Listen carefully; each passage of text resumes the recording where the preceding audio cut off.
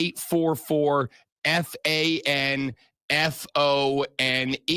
I want you on the phones this morning. Work the phone line to express your hate about whatever. There is only one topic that I am taking off of the table, all right? I don't want your damn politics up in here. We got enough of that out in the real world, okay? This is supposed to be fun hate. You know what I mean by fun hate. This is supposed to be fun hate. This is supposed to be, my rival's mascot is stupid. It's a big chicken. My rival's mascot is stupid. He looks like a tiger who stayed up too late at the club last night. An elephant? Your mascot's an elephant? I mean, they're cool, but like, they don't do anything. Whatever it is. Auburn got 15 mascots. They got War Eagles and they got Tigers. How many Bulldogs does the SEC need? We got too many Bulldogs out here. All right? We got too many Tigers up in here. What do we got? 3 Tigers? We got too many Tigers. Whatever it is, with the one exception being, I don't want your politics. We got enough of that going on in the world, all right? Can we just all, regardless of what side of said politics you fall on, can we all agree that right now, politics has invaded every aspect of life, okay? And I get it. I get it. Some of you are very sincere about your politics, and that's fine. That's good. That's good. That's good. You should have deep-held beliefs and values, and you should fight for those beliefs and values. But not when there's more important things to talk about, like college football. All right? So keep that off to the side. But everything else, bring the noise. Bring the noise on the show today.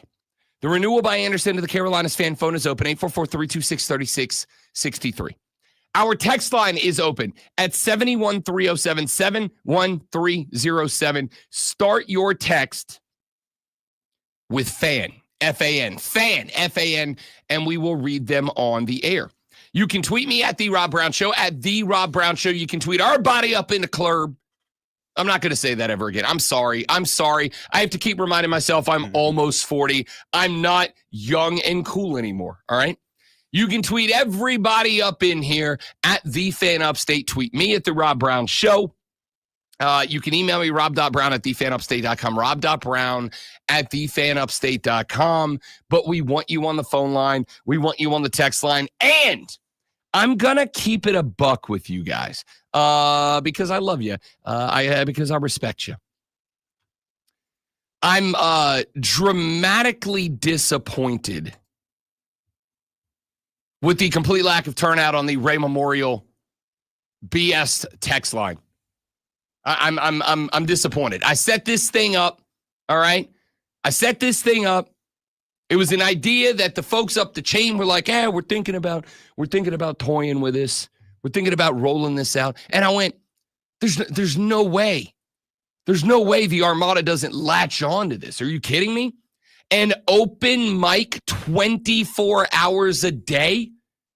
You don't have to wait. You've all had one of those thoughts on a Saturday where you're like, oh man, I got this smoking hot take that I really need to share with the world.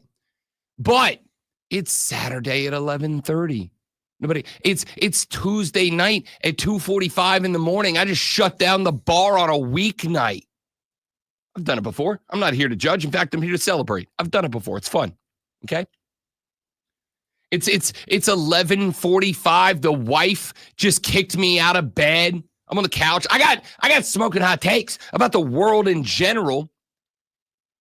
This thing is there for you, and it's just not getting used, all right? I got like 2 of them yesterday. And frankly, respectfully to the 2 of you that sent them, I got 2 of them yesterday, and they weren't that good. They're like, hey, Rob, I just want to let you know, I think South Carolina's going to beat Clemson. I don't think Clemson's that good. The only team they played was Georgia, and Georgia wrecked them. I don't think they're that good. Like, all right, I get it. Fine. Hey, Rob, I'm a Clemson fan. I just wanted to let you know that I think South Carolina's overrated. I think they're overrated. I don't think they're that good. I think they're getting too much hype. Like, all right, cool. I get it. I get your take. I understand what you're saying here, but like, is that the best we got? Is that the best we got? I pushed the upstairs suits to make this thing where you guys could record something and send it on down the pipe any day, any time of the week that you had a thought. And it's just not getting used. I'm not upset. I'm just disappointed. Okay? I'm not upset. I'm just disappointed. So, the Ray Memorial, here's what I'm going to tell you. The Ray Memorial Hotline is there for you if you want it. Go to the Odyssey app, AUDACY, grab the Fan Upstate page, click the heart icon so that you can follow it. Go to the Fan Upstate page, click on the little circle button with the microphone on the inside of it. You can drop up to a 60-second voice note. If you guys don't want it, I'll kill it off. That's fine. I'm not mad, okay? I'm not mad. Stop asking what's wrong. I'm not mad. If you want it, it's there. If you don't, I'll kill it off. That's fine too. All right? That's fine. Nothing worse in the world than when you get told, no, it's fine. It's fine. What are you mad at? It's fine. Nothing. It's fine. Don't worry about it. It's fine. Everything's fine. Don't worry about it.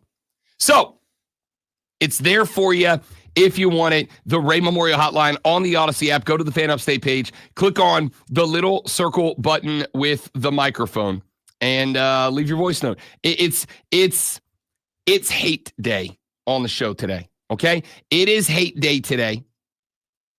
Today is your chance. Today is your opportunity. Today is your moment to drop whatever verbal elbow on your rivals that you want to. This is it. This is the day. This is the week. And here's what I'm going to say, and this is all I'm going to say. If you don't drop hate notes on your rivals today, if you don't take advantage of what we have on the table today, and this is it. We're not here on Thursday. We're not here on Friday. It's Thanksgiving week, all right? I'm leaving here today. I'm going to spend some time with the wife's fam today. Then I'm getting on the road down to Florida, going to spend some time with my fam this weekend, all right? I'm checking out. I'll pop online on Saturday. I'll probably do a little, maybe a little live broadcast on Saturday, checking in during the game.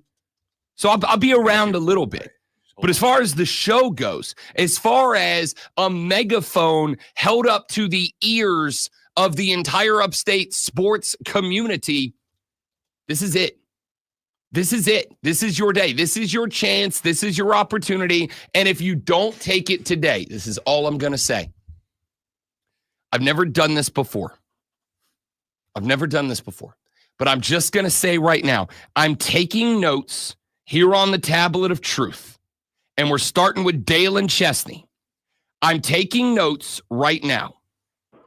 If you don't check in today with your preemptive smack talk, if you don't check in today with your text, if you don't check in today on the Ray Memorial BS Talk Hotline, on the Odyssey app. If you don't check in on the renewal by Anderson to the Carolinas fan phone at 844-326-3663.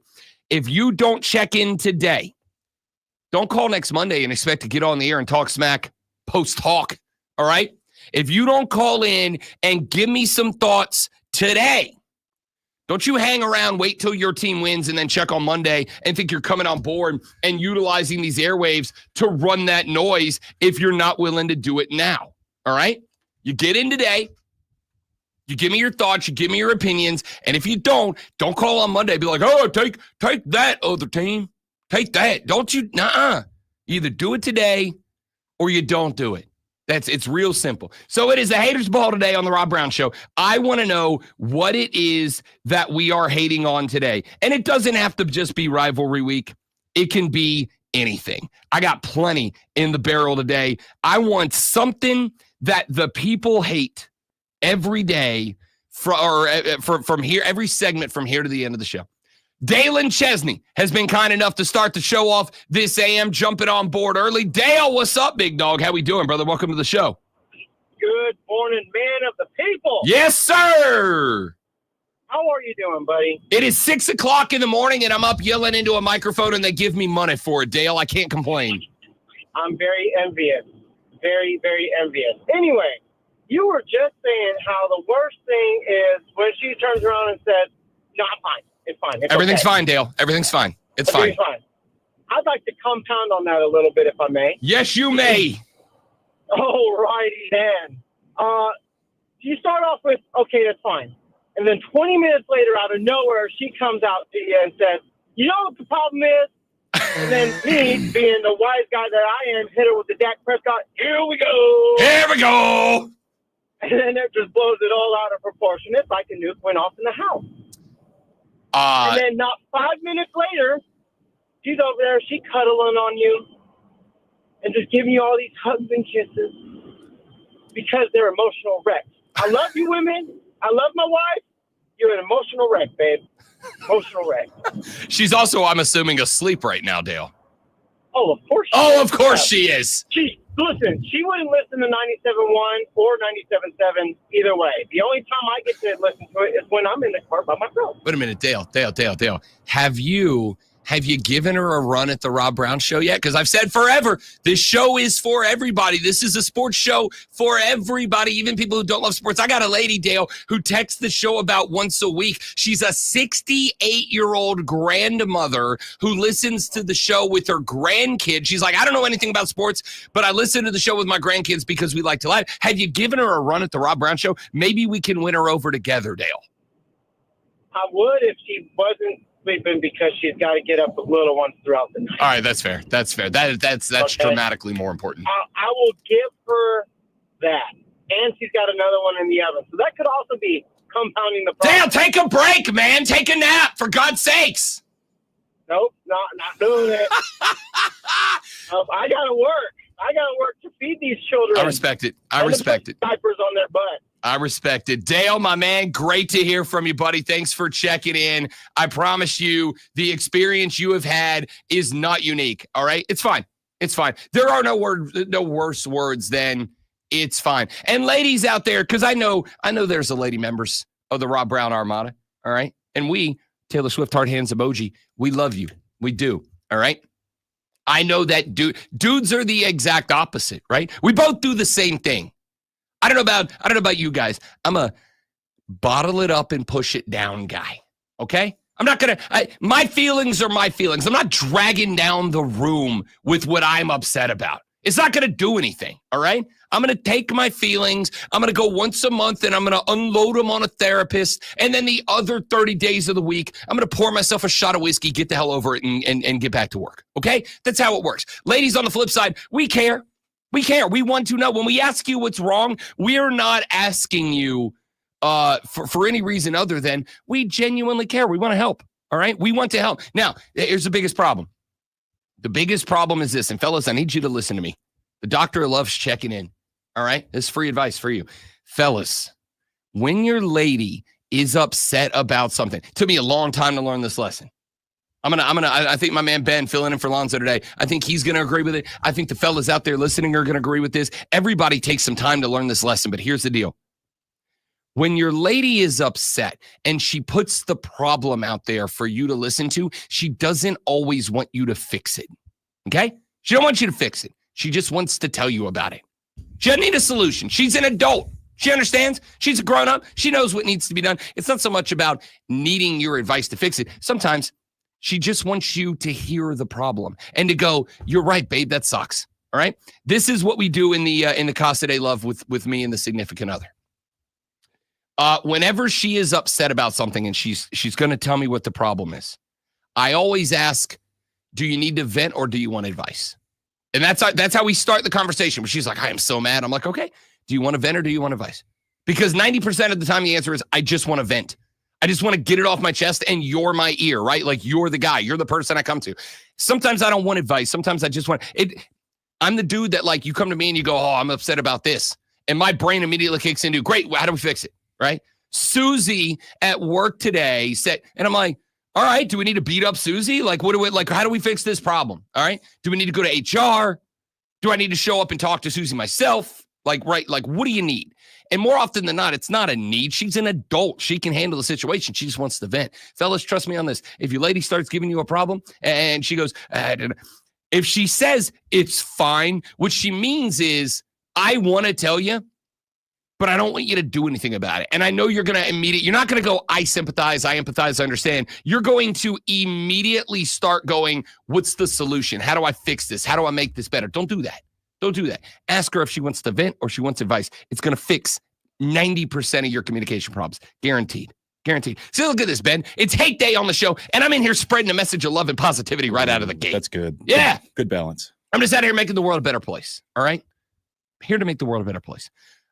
Back to Hate Week. 844-FANFONE. That's the renewal by Anderson to the Carolina fan phone. Dale and Chesney, appreciate you checking in, my guy. Looking for the rest of y'all. 844-326-3663. Text line 71307, 71307. Start your text with FAN, F-A-N, FAN, F-A-N. We will read them on the show. Tweet me at The Rob Brown Show. Tweet everybody at The Fan Upstate. When we come back in just a minute, we got to set the show up.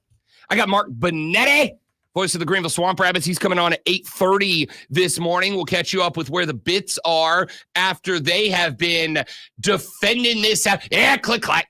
Defending that house really well. 3 consecutive dubs. Had a terrible loss last Saturday and have run off a win streak since then. We'll talk to Mark Bonetti about that at 8:30. At 7:40, my dog, Denton Day, the host of Sirius XM's College Football Overtime. We'll check in.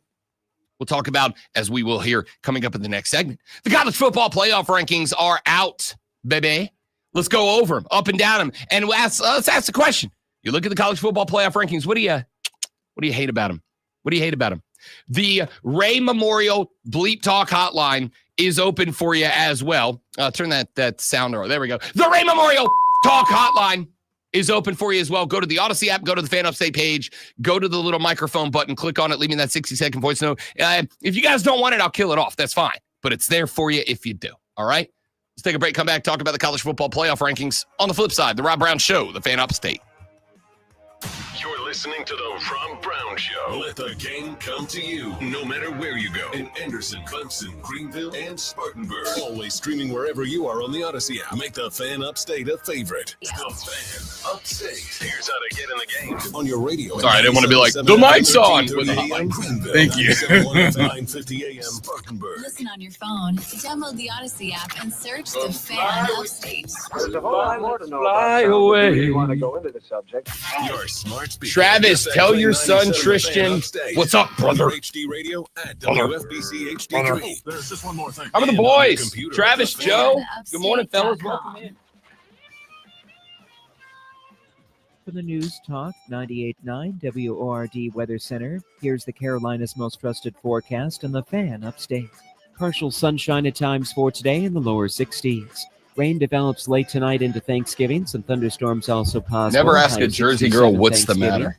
But then sunny and cooler for Friday into the weekend. I'm meteorologist Michael Carroll on the Fan Upstate. Currently 45. We all hear the radio ads about the IRS. They tell you to be afraid, to be scared, and they try to frighten you into calling. I'm not here to do that. Tax Relief Advocates is different. TRA is here to tell you that if you owe money to the IRS, whether it's $5,000, $50,000, or $500,000, we have a solution. It doesn't matter if you're sitting in your car, at work, or with your kids. No matter where you are, call now. 800-575-6986. Don't lose hope. TRA can eliminate or reduce what you owe to the IRS. Do you want help? Generous programs are now available that can give you a fresh start. Our passion is taxes and helping individuals fix their IRS problems. We have over 1,000 5-star reviews on Google and an A+ Are we building the with house? a We're Better just cleaning Business it Bureau. up. That's You it. don't need to be afraid of the IRS any longer. End your tax nightmare today by visiting us online at tra.com or call 800-575-6986. That's 800-575-6986. Tax Relief Advocates. Real solutions for real people. We've moved No on to upstate the. child should have Christmas without I'm presents just under the gonna- tree. Donate a toy just the during listening the LEO Santa Toy Drive. Stop by the Bon Secours Wellness Arena in downtown Greenville all day today, Thursday, December 5th, till 10 a.m. on Friday, December 6th. Our I friends will. from I'll get Greenville started County on Law Enforcement will be reverse on hand engineering, accepting no problem, toys and but donations. doesn't Plus, really- see special demonstrations it's from not tactics really teams worth and it. canine No. patrol units. Help an It shouldn't really underprivileged child exist. this It's not even Christmas. really a For more, real go to problem. leosantachristmas.com. Leo Santa, presented by Rob Inario Law. We all hear the radio ads about the IRS. They tell you to be afraid, to be scared, and they try to frighten you into calling. I'm not here to do that. Tax Relief Advocates is different. TRA is here to tell you that if you owe money to the IRS, whether it's $5,000, $50,000, or $500,000, we have a Pumpkin chocolate solution. chip It doesn't cookies, matter if holy you're shit. sitting in your car, I'm in. at work, or That sounds with kids. delightful. No matter Yeah, where at you least are, once. call Sounds now. delightful. 800-575-6812. I used to Don't have lose a hope. TRA can eliminate or I reduce used to have a what you owe to vendetta the against the IRS. pumpkin spice Generous stuff programs Yeah, are because I now thought it available just that got can like it give you basically a turned fresh into a start. It was meme. cool. Our passion And is then taxes and helping The individuals wife fix started their making IRS pumpkin problems. spice We have stuff. over 1,000 Oh, five-star it's reviews delicious. on Google and Right. an A+ with the Better Business Bureau. You don't need to be afraid of the IRS any longer. End your tax nightmare today by visiting us online at TRA.com or call 800-575-6812. That's 800-575-6812. Tax Relief Advocates. Real solutions for real people. Sponsored by Progressive Insurance. Progressive Commercial Insurance flexes to fit your business's needs. From quick repairs to adjustable coverages and even payment options, Progressive Commercial makes it easy to get what you need. Quote today in as little as 6 minutes at progressivecommercial.com. Your guide to the gridiron, the maestro of the matchups and the keeper of all things cool in the sports world. This is the Rob Brown Show. Oh yeah, Lonzo's here too. This is the Fan Upstate.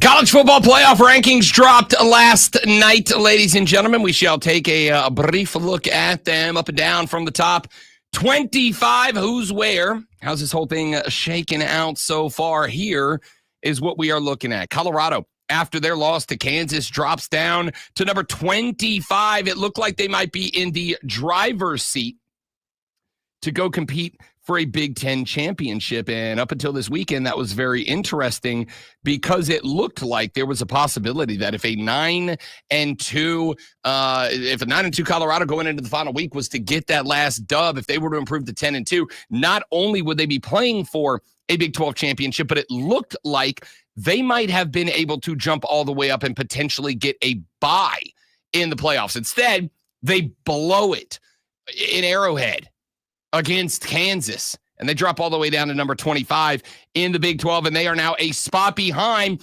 Kansas State. They were unranked last week in the poll. They are now number 24 and one spot behind the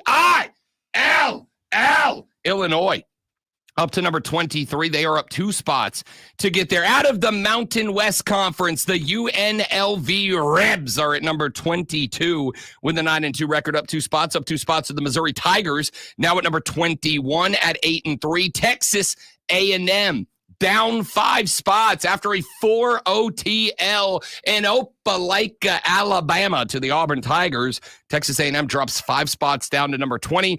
They stay 1 spot behind the other team that dropped 5 spots out in the Big 12. That is BYU. Brigham Young ran up 9 wins to climb into the top 10. They have given 2 back in back-to-back weeks. They dropped 1 to Kansas a couple of weeks ago, the same Kansas that would go on to knock off Colorado. They turn around and drop the L to Arizona State. And boy, you're about to hear about Arizona State here in just a minute as well. But BYU is number 19, number 18. Iowa State up 4 spots. Tulane out of the American Conference. However, they are not the highest ranked group of 5 champs at 9-2 and number 17 up 3 spots. We'll get to the highest ranked group of 5 team here in just a minute. Speaking of them Sun Devils of Arizona State, they are all the way up to number 16. That is a jump up of 5 spots altogether for Arizona State. Out in the Big 12, the Sun Devils got that win over BYU. That's back-to-back ranked teams for Kenny Dillingham and the gang.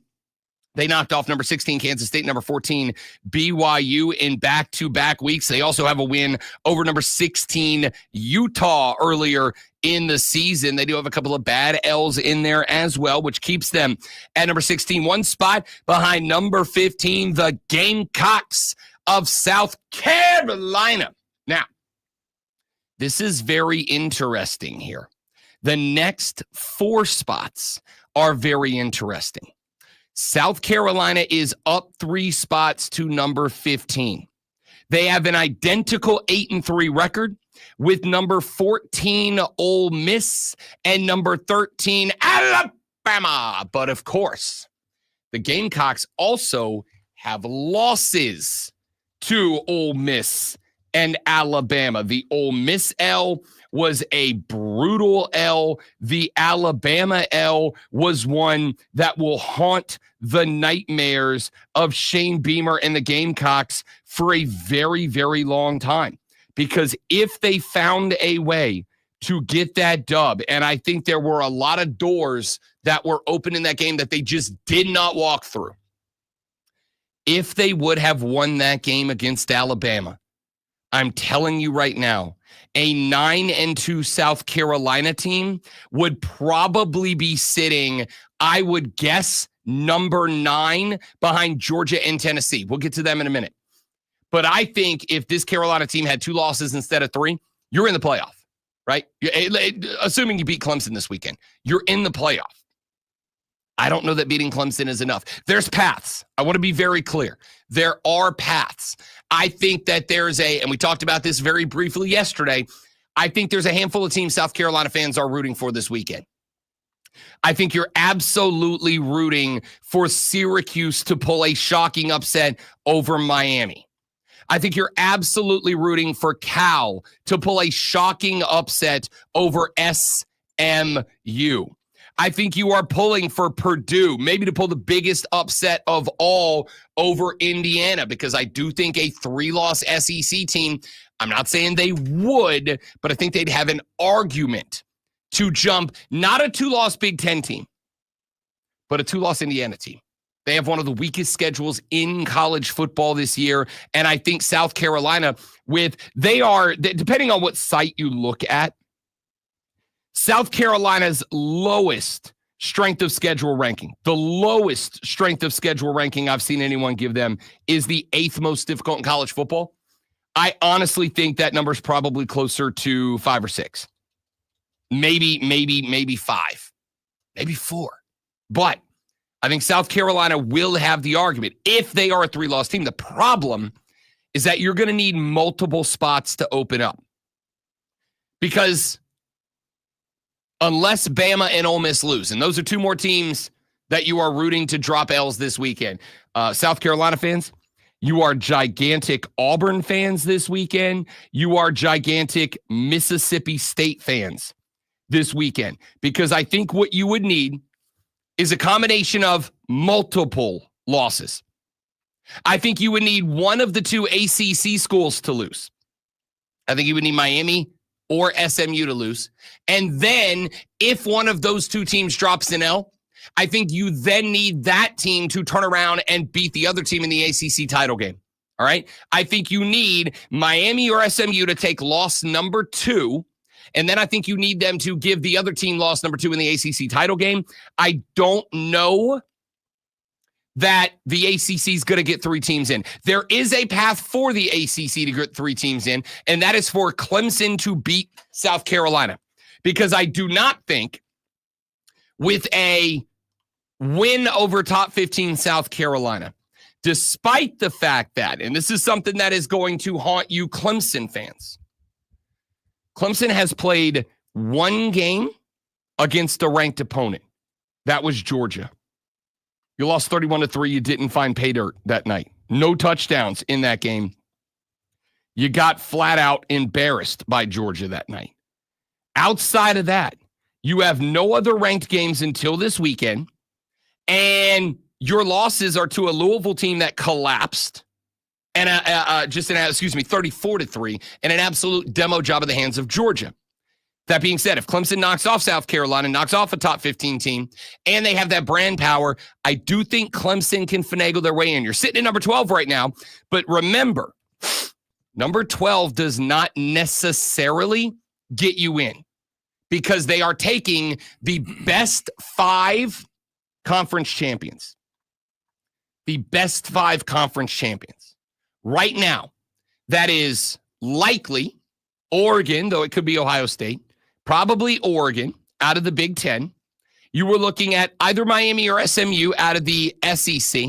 You were looking at either Texas, Texas A&M, or Georgia. Remember, and this is very interesting to me as well. If Texas A&M beats Georgia, Texas A&M's going could go to the SEC championship. So I think you're still kind of locked in on where all that's going to go. But I think Texas, 90% sure Texas is winning the SEC. Georgia's locked in. But Texas or Georgia is your SEC representative. You're then looking at Miami or SMU out of the ACC. You've got Boise State, assuming Ashton Genty carries Boise State to a Mountain West Conference champion. Because remember, the Big 12 Conference champion is still in play. But there is a chance the Big 12 Conference champion could end up being a 3-loss team right now. And if they're a 3-loss team, I don't necessarily know that the Big 12 champ is going to be one of the 5. I mean, there's a whole lot of screwy situations here in play. Being number 12 doesn't lock you in. I think if Clemson knocks off South Carolina, I think they jump up because there's got to be a loss coming somewhere above Clemson. There hasn't got to be. I assume that because of how screwy this college football season's been. There is probably a loss coming around somewhere above Clemson. A top 15 win over South Carolina, even at home, I think gets you in. This is why I said yesterday on the show, I think this game is a playoff eliminator for Clemson. I think it has the possibility. I'm not even going to say probability. I think it has the possibility of being a playoff qualifier for South Carolina. It's an eliminator for Clemson. It's a qualifier for South Carolina. A win on the road over a top 12 team for South Carolina. Now we have to start talking. And you know, all year long I've said, I want a mic and a camera in the committee's meeting room. Why? Because I want to know that they are consistent in the way that they are picking teams from week to week. It's not that I have to approve of how they're picking those teams. It's just that I need the application of their metrics to be consistent week to week. We have learned over the years, and I think last night's rankings showed you this, head-to-head wins and losses still matter a lot. Why? Because let's keep it a buck. Alabama, Ole Miss, South Carolina stacked 13, 14, 15. Which one of those teams is playing the best football right now? I'd argue it's South Carolina, right? I think South Carolina's playing better ball than Alabama. I think they're playing better ball than Ole Miss. They did lose to both of those teams, but they lost to both of those teams dramatically earlier in the season. So if I am looking at a team that is very clearly playing better football, but I have got them behind an Alabama team with a recent loss, an Ole Miss team with a recent loss, that is telling me that the committee views heads-up results as the most important metric that they have to track, that they have to consider. And I think that's fair. I don't have an issue with that. If you beat a team in the regular season and the resumes put you in an area that's around each other, once you join that up with your resume, with your overall performance, as has happened with Alabama, Ole Miss, and South Carolina, I don't have an issue with head-to-head being the deciding factor. In fact, I think that it should be, right? If we're trying to determine who the better team is, and that's the point of this, well, if Team A beats Team B, you got to give them credit for being the better team if they're around each other, right? If an 8-4 team beats a 11-1 team, and that's the only one, like, yeah, overall, when you include all the metrics, including strength of schedule, resume, margins of victory, common opponents, all that, if I'm figuring all of that into the equation, then yeah, the team with one loss is not going to drop down behind the team with 4 losses. But if they both have 2 losses and they're head-to-head and one team got the win. That team's going ahead. That's why you are at 15, South Carolina. So I think the Gamecocks this weekend are likely rooting for Georgia Tech to upset Georgia, hand them their third loss late. I think they're rooting for Vanderbilt to beat Tennessee. I think they are rooting for SMU to lose to Cal. I think you're rooting for Indiana lose to Purdue. I think you're rooting, obviously, to beat Clemson. But I also think you're rooting for Alabama to drop one to Auburn. You're rooting for Ole Miss to lose to Mississippi State. Effectively, Carolina, you went in. It's not an easy path. Basically, you just need everybody inside the top 12 to lose. That's what you're rooting for. And this is part of the, put it into the theme, you're haters this weekend. You're hating on everybody up above you. Clemson, I think it's real simple. I think you win, you're probably in. I think the brand power of Clemson, I think you're a beneficiary of that this weekend. Okay? I think if they can finagle Clemson in, they will finagle Clemson in the same way that I think this is set up this way for a reason. I think the setup of Clemson being ahead of Alabama, Ole Miss, and South Carolina, stacking those three loss SEC teams ahead of a 2-loss Big 12 team. Actually, ahead of 3 2-loss Big 12 teams in Arizona State, Iowa State, and BYU. I think the reason is the belief that if South Carolina beats Clemson, that's an open door to get another SEC team in, because there is a path, and we will talk about this coming up a little bit later on in the show. There is a path, a legitimate path, not even that outlandish of a path.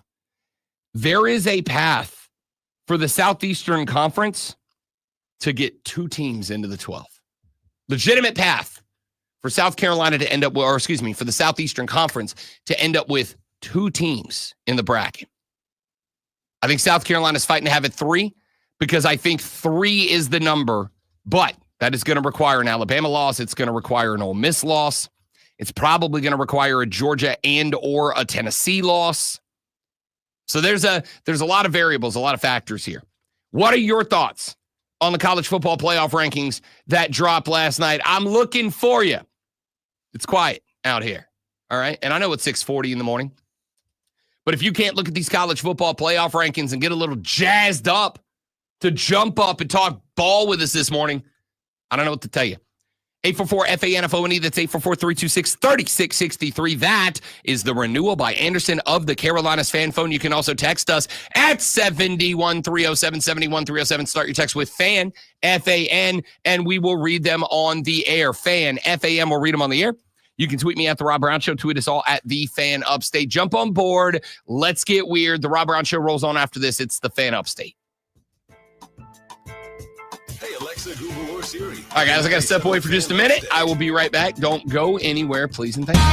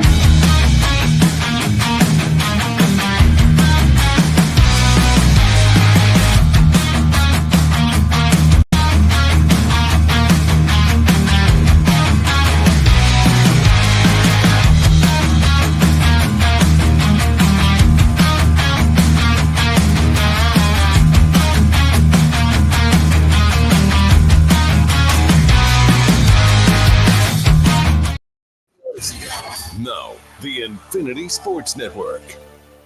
This message brought to you by MTC Federal, Next Level Banking. Experience next level banking from MTC Federal. Our credit savvy financial management tool lets you take charge of your credit score, manage finances, and achieve goals all on a secure platform. Learn more at mtcfederal.com. Federally insured by the NCUA. Why choose a Sleep Number smart bed? Can I make my side softer? Can I make my side firmer? Can we sleep cooler? Sleep Number does that. Cools up to 8 times faster and lets you choose your ideal comfort on either side. Your Sleep Number setting. And now, during our Black Friday sale, save 50% on the Sleep Number limited edition smart bed. Plus free home delivery when you add a base. And Cyber Monday. To find a store near you, visit sleepnumber.com.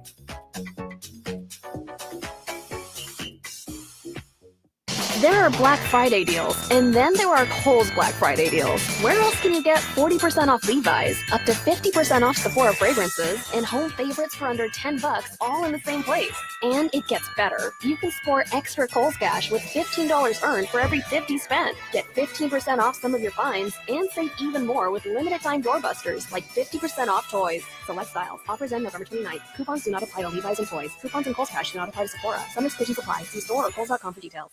Shop Dell Technologies Black Friday event for their lowest prices of the year. The future is on sale today with limited time deals on select PCs like the XPS 16 that accelerate AI with Intel Core Ultra processors. Black Friday is their biggest sale of the year and the best time to upgrade, but it's only here for a limited time. Shop now at Dell.com/deals. That's Dell.com/deals. Always streaming wherever you are on the Odyssey app. Make the Fan Upstate a favorite.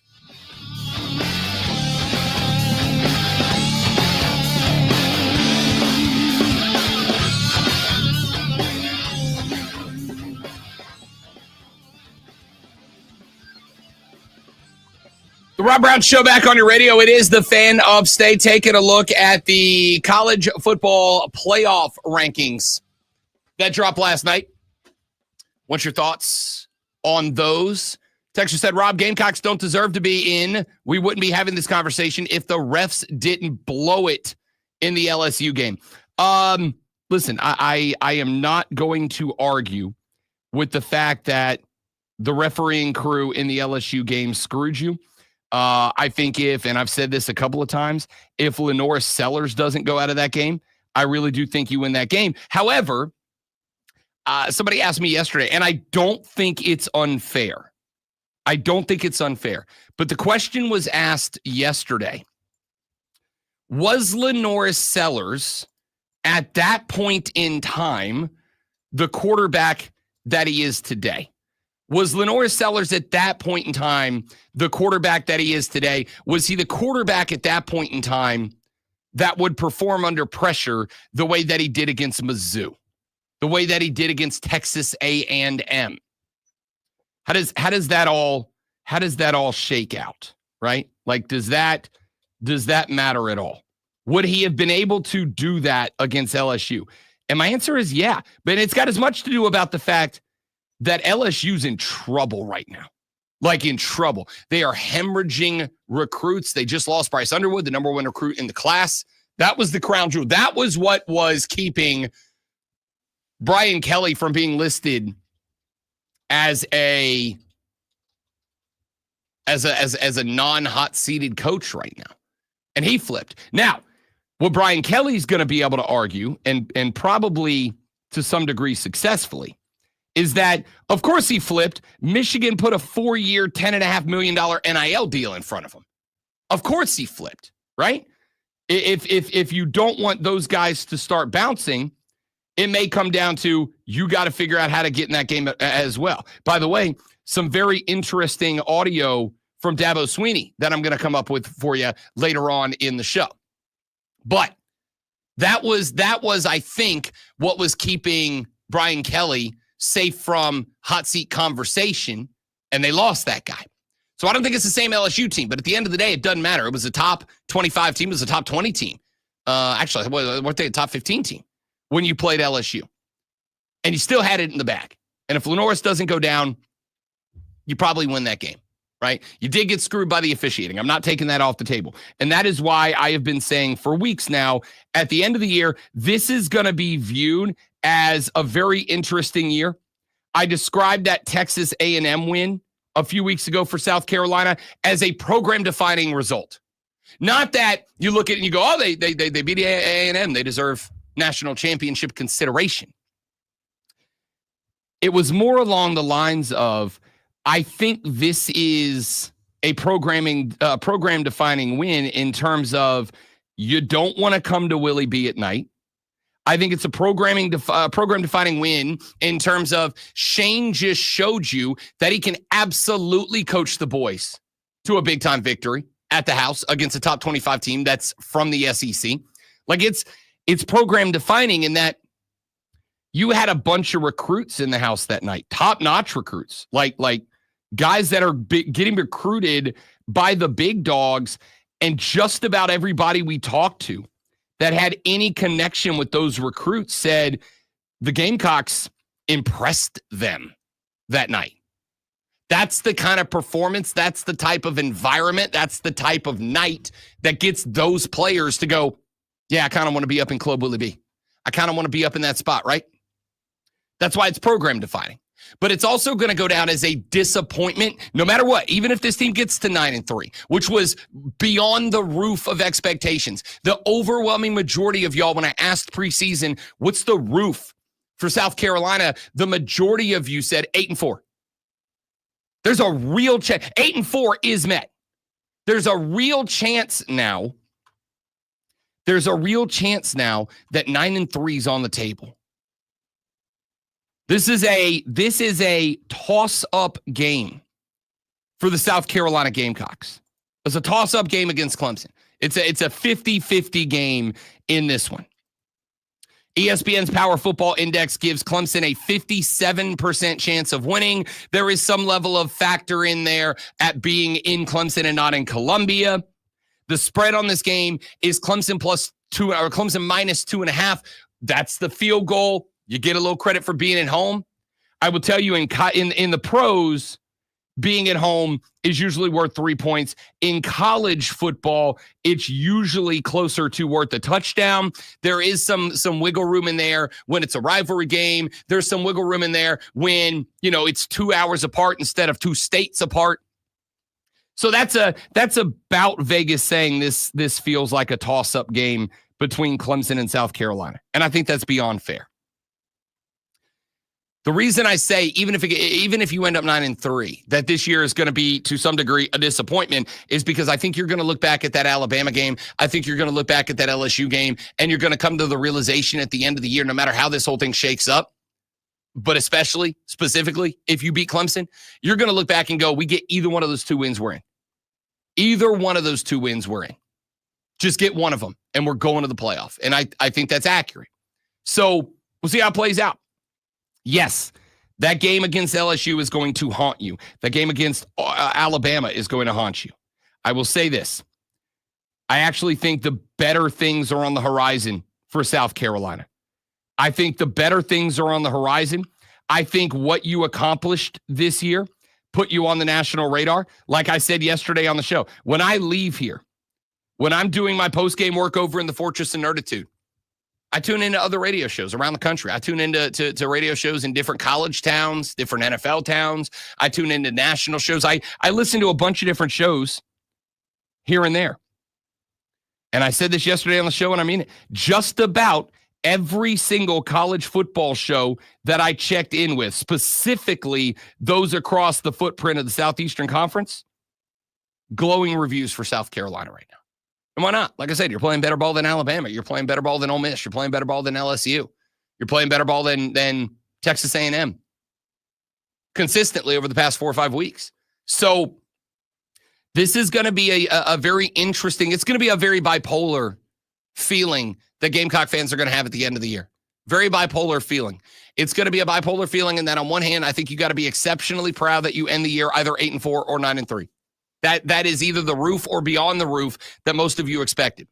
But also conflicted in that you finish off one of the 2 games that you had in the back pocket, LSU, Alabama, you're in the playoff.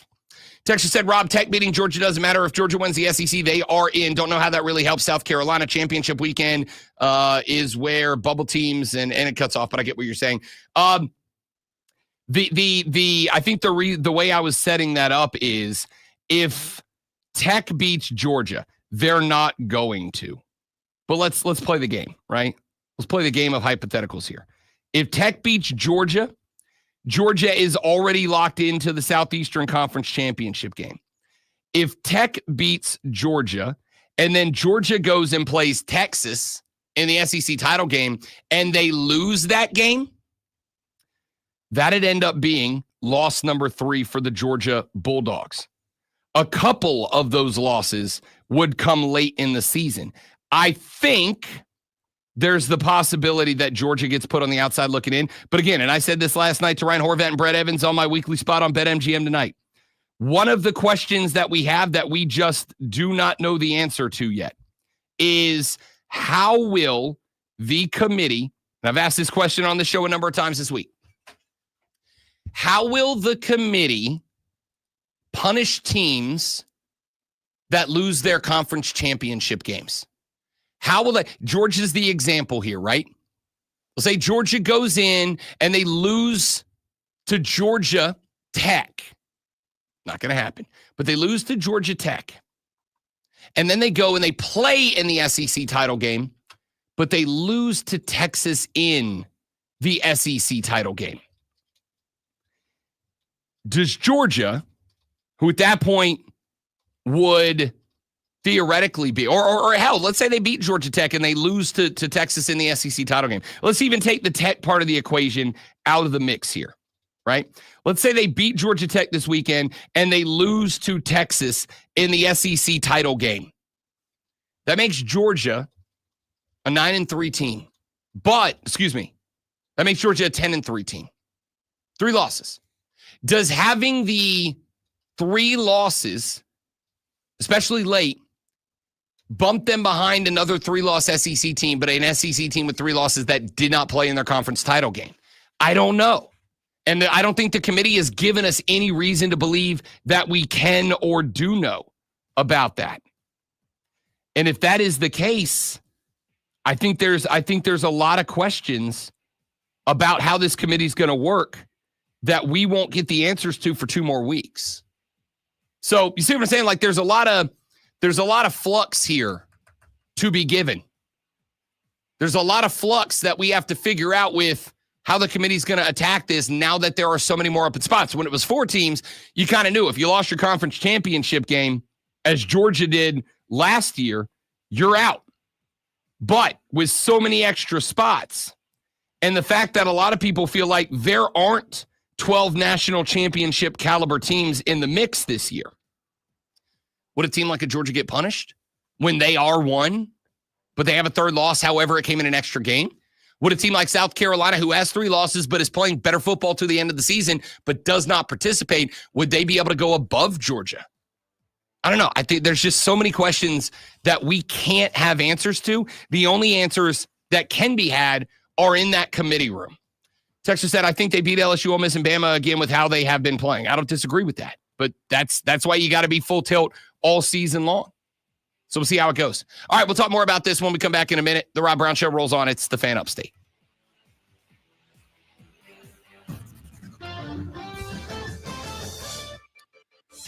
Sports flash for you, which I forgot to do, and I now have to go get pulled up. The college football playoff rankings dropped last night. Oregon remains alone on top at the number 1 spot. The Big Ten has 3 of the top 4 spots, with Ohio State 2nd and Penn State 4th, while the highest-ranked SEC team is Texas at number 3.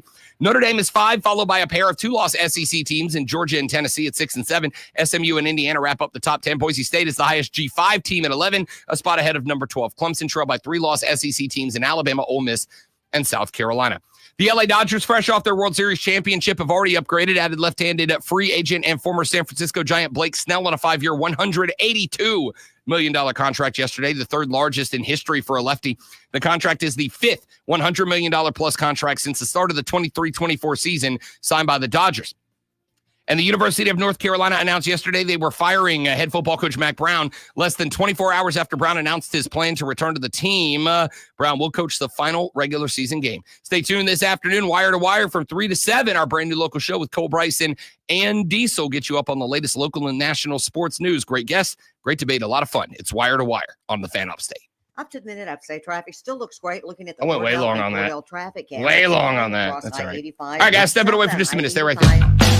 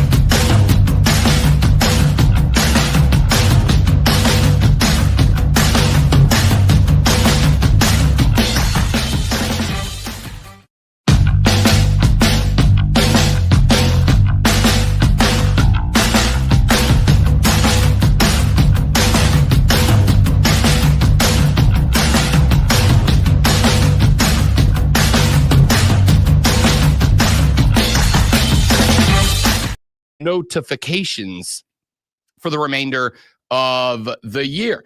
My man Travis said, Rob, my son Tristan says, what's up, brother? Tristan, what's up, big dog? Good to have you, brother. Welcome in. Travis says on the show, the Cowgirls suck, the Clemson Kitty Cats suck, and Lonzo's Chiefs suck. I wouldn't go that far. They're 10-1, right? They clearly don't suck. I have said they're the worst 10-1 team I've ever seen, but we haven't seen a lot of 10-1 teams. So, I don't know what you want me to tell you. You're like the toughest wrestler on the independent circuit, I guess. It's still pretty good. Travis said the Kittens, a.k.a. the Clemson Tigers, will be dog-walked on Saturday. Listen, it's hate week, people. It's hate week. It's rivalry week, a.k.a. hate week. So, I'm looking for your hate today. I'm looking for you to drink that haterade. I'm looking for you to fire off your hot takes this morning. All right? I want why it is that those rivals suck. Their head coach is a dork. Their stadium's a piece of trash. Their campus smells like sewer. Whatever it is. I want your hot takes. I want your rivalry takes. I want them on the phone line at 844-FANFONE. That's 844-326-3663. I'm on them on the text line at 71307-71307. Start your text with FAN, F-A-M. We'll read them on the air. I want them on the Ray Memorial Bleep Talk hotline. Go to the Odyssey app. Go to the Fan Upstate page. In the middle of that page, there is a round circular button with a microphone on the inside of it. I want you to click that button. I want you to drop me a 30 to 60-second voice note about why your rivals are booty cheeks. All right? Hit me up. Let me know. I want the hate today. And it doesn't just have to be Clemson, South Carolina hate. All right? I know there's some Bama fans out there. Tell me why the Iron Bowl is going to go your way. Tell me why Auburn sucks. Auburn fans, I know you're out there. Hit me up and let me know why it is the Sister Kisters down in Tuscaloosa, Alabama ain't no good. They just dirty, low-down snitches. All right? And you can hate on anything else that you want to hate on too. All right. I got a couple of things I'm going to get to later on. I'm going to start with this one because I'm going home for Thanksgiving this year. I'll be going down to Florida. As a matter of fact, theoretically, driving later after the show today. I'm going down to Florida for the weekend. And, I made the mistake of letting some friends of mine know this. Now, I'm a big fan of supporting my friends, even when it is something that I'm not necessarily excited about. If they're excited about it, I'm excited for them, if not for the thing that they're doing. But there's one thing that I just cannot bring myself to get excited about. I told some friends I was coming down for the weekend, and one of them said, "That's fantastic. Because your friend, who shan't be named, your guy friend, who shan't be named, he's becoming a dad soon." And I'm absolutely fired up for him about that. He's wanted to be a dad for a long time. Now it's happening. I'm super pumped for him. But I got the text yesterday that said, "Hey, do you have plans on Saturday?" And I said, "Yep, sure do." And they said, "Oh, are they flexible?" And I said, "Nah, not really. I got, Bet for the Cycle from noon to 4 on the BetQL network with myself and Cody Decker. Yes, we will be doing the show on Saturday during Rivalry Day. I'm very excited about that." I said, "No, they're not really all that flexible. Why?" And she said, "Well, because your friend, who's wanted to be a dad for a very long time and is becoming a dad very soon, on Saturday, Ben, is having his gender reveal party. And we would very much like for you to be there." And I said, "Oh, man, sure do wish that I could be. I'll stop by later in the evening. Maybe I'll come by on Sunday with a nice little gift. I'll hook him up with a nice little bottle of bourbon. I've even go so far as the past, and I may do this for him since I'm absolutely not going, where I've gone and I'll get a dad to be like a very nice bottle of bourbon And you know, I'll get a glass etching, like I'll etch their name, and if they know the name of the kid, I'll get that on there, or whatever, right? Like a nice bottle of like souvenir bourbon that they can put up on the whiskey shelf. It's a nice touch. Yeah, I mean, I'm good at this. All right, I'm pulling for the guy, but I already don't care about your gender reveal party. You can drop in, and listen, I'm down for a good party. Okay. I'm down for a good party. I don't need an excuse to have a party, but I'll take one. All right. I'm not anti-gender reveal party because I'm always in for a good party. What I am anti is, you know what Saturday is. You know what Saturday is, dude. You know it's rivalry week. You couldn't push that thing back one more Saturday? You couldn't push that thing back 2 more Saturdays? Like, I know that if you're having a kid, Ben, you've got how many kids? You got just one right now? Just one. Just one right now. One girl. Did you guys do gender reveal party? No, we didn't want to burn down a forest. Also, you got to chill. Yeah, not Ben, but like y'all got to chill with that stuff. All right. Yeah, you know, if you want to do the thing where like dad hits a golf ball and it explodes into pink or blue, all right, fine, whatever. Like, you understand that 99.9% of your guests would be just as excited if you said, it's a girl. We'd all be like, oh, yay. Like, you're getting the same reaction. All right. Yeah, we can stop with the theatrics. Strawberry ice cream. If you want to say, do you want to come to the house? I've got a cooler full of beer and, you know, we're all going to stand around in the backyard. And then at some point, somebody's going to open an envelope and say, it's a boy or it's a girl. Yeah, I'll come to that because it's a party. I don't need an excuse to go to a party. I don't need an excuse to go to a party. Okay. I'll come to your party. Just say we're having a party and I'll be there. But what I'm not going to do is come to a party that you throw at 2 PM on rivalry day, right? If you'd have put this in like week 9, I'd have been like, all right, I can skip a game or 2, right? Not a big deal. I can skip a game or 2. I mean, there's impactful games every week, but I can miss 1 or 2. I can circle back around later and watch that thing on replay if it's like a game. But this is Thanksgiving Saturday. People who don't follow football know what this Saturday is. This Saturday is Rivalry Saturday. Everybody has the one game that they want to win more than any other game this weekend. And not only are you throwing it, but you're putting this thing at 2 PM. You know what that means? That means the games that start at noon, I don't get to see the end of, and the games that start at 3:30, I don't get to see the beginning of. You are not just impacting rivalry week, but you're impacting 2 windows of rivalry week. You would be better served to put this thing on Sunday. You'd be better put this thing at Thursday afternoon. I'd rather take off of work for a day to be there than to skip every game mattering, every game being the most intense of the year. Come on, man. Like, I'm not, just so we're clear, I'm not anti-gender reveal. I saw one on TikTok or something, Instagram Reels the other day, because I'm a millennial. Get off me. I saw one the other day, Ben, that I was like, okay, if you do this, I'm absolutely coming. The lady put dad in charge of the gender reveal. You know what he did? He had 2 local indie professional wrestlers show up, one wearing pink and one wearing blue, and they had a match. Oh, and the winner of the match was the gender. Perfect. Oh, it was great. It was great. I'm like, all right, I not only will I come to that, I'll help you set it up. I'll help you script the match. I'll referee the damn thing. Oh, yeah. I got you. No problem. That's fantastic. That's phenomenal. But even that, if you put it on college football rivalry weekend Saturday, I'm busy. I'm so glad that I was able to say, oh, I'd really love to be there, but I got a show.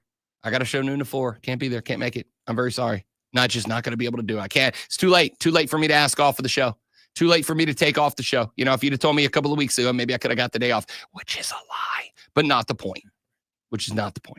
All right. Water cooler cheat sheet, top 3 sports stories that you need to know. I know we're a little bit behind, but that's okay because who the hell cares? It's Friday, right? Water cooler cheat sheet. absurd and the encyclopedia of the extraordinary? Well, you better be, because we're diving headfirst into the 3 top stories that will have your coworkers saying, You hear that? even before they take their first bathroom break. No. Here we go. Welcome to the Water Cooler Cheat Sheet on the Fan Upstate. It's the Water Cooler Cheat Sheet, the top 3 sports stories that you need to know before you get to the office and start working for what is, I hope for you, the last day of the week. Thanksgiving tomorrow. And I know some of you have to work Thanksgiving tomorrow. And for those of you that have to work Thanksgiving tomorrow, I apologize, but I appreciate you, all right? Those of you that are doctors and nurses and EMS workers, firefighters, police officers, you know, the people without whom society would collapse. Thank you for what you do.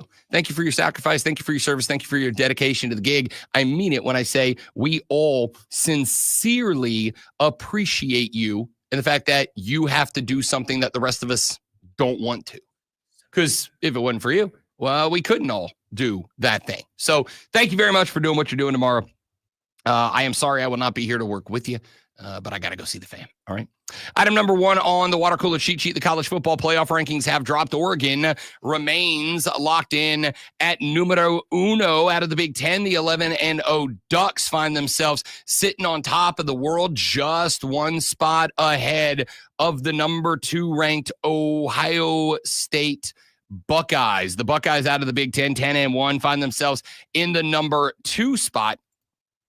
At number 3, out of the Southeastern Conference, Texas checks in at number 3. Penn State is at number 4. Notre Dame rounds out the top 5. Making up 6 through 10, Miami, 10-1 out of the ACC. Georgia at 9-2 out of the SEC. 9-2 at Tennessee out of the SEC is number 8.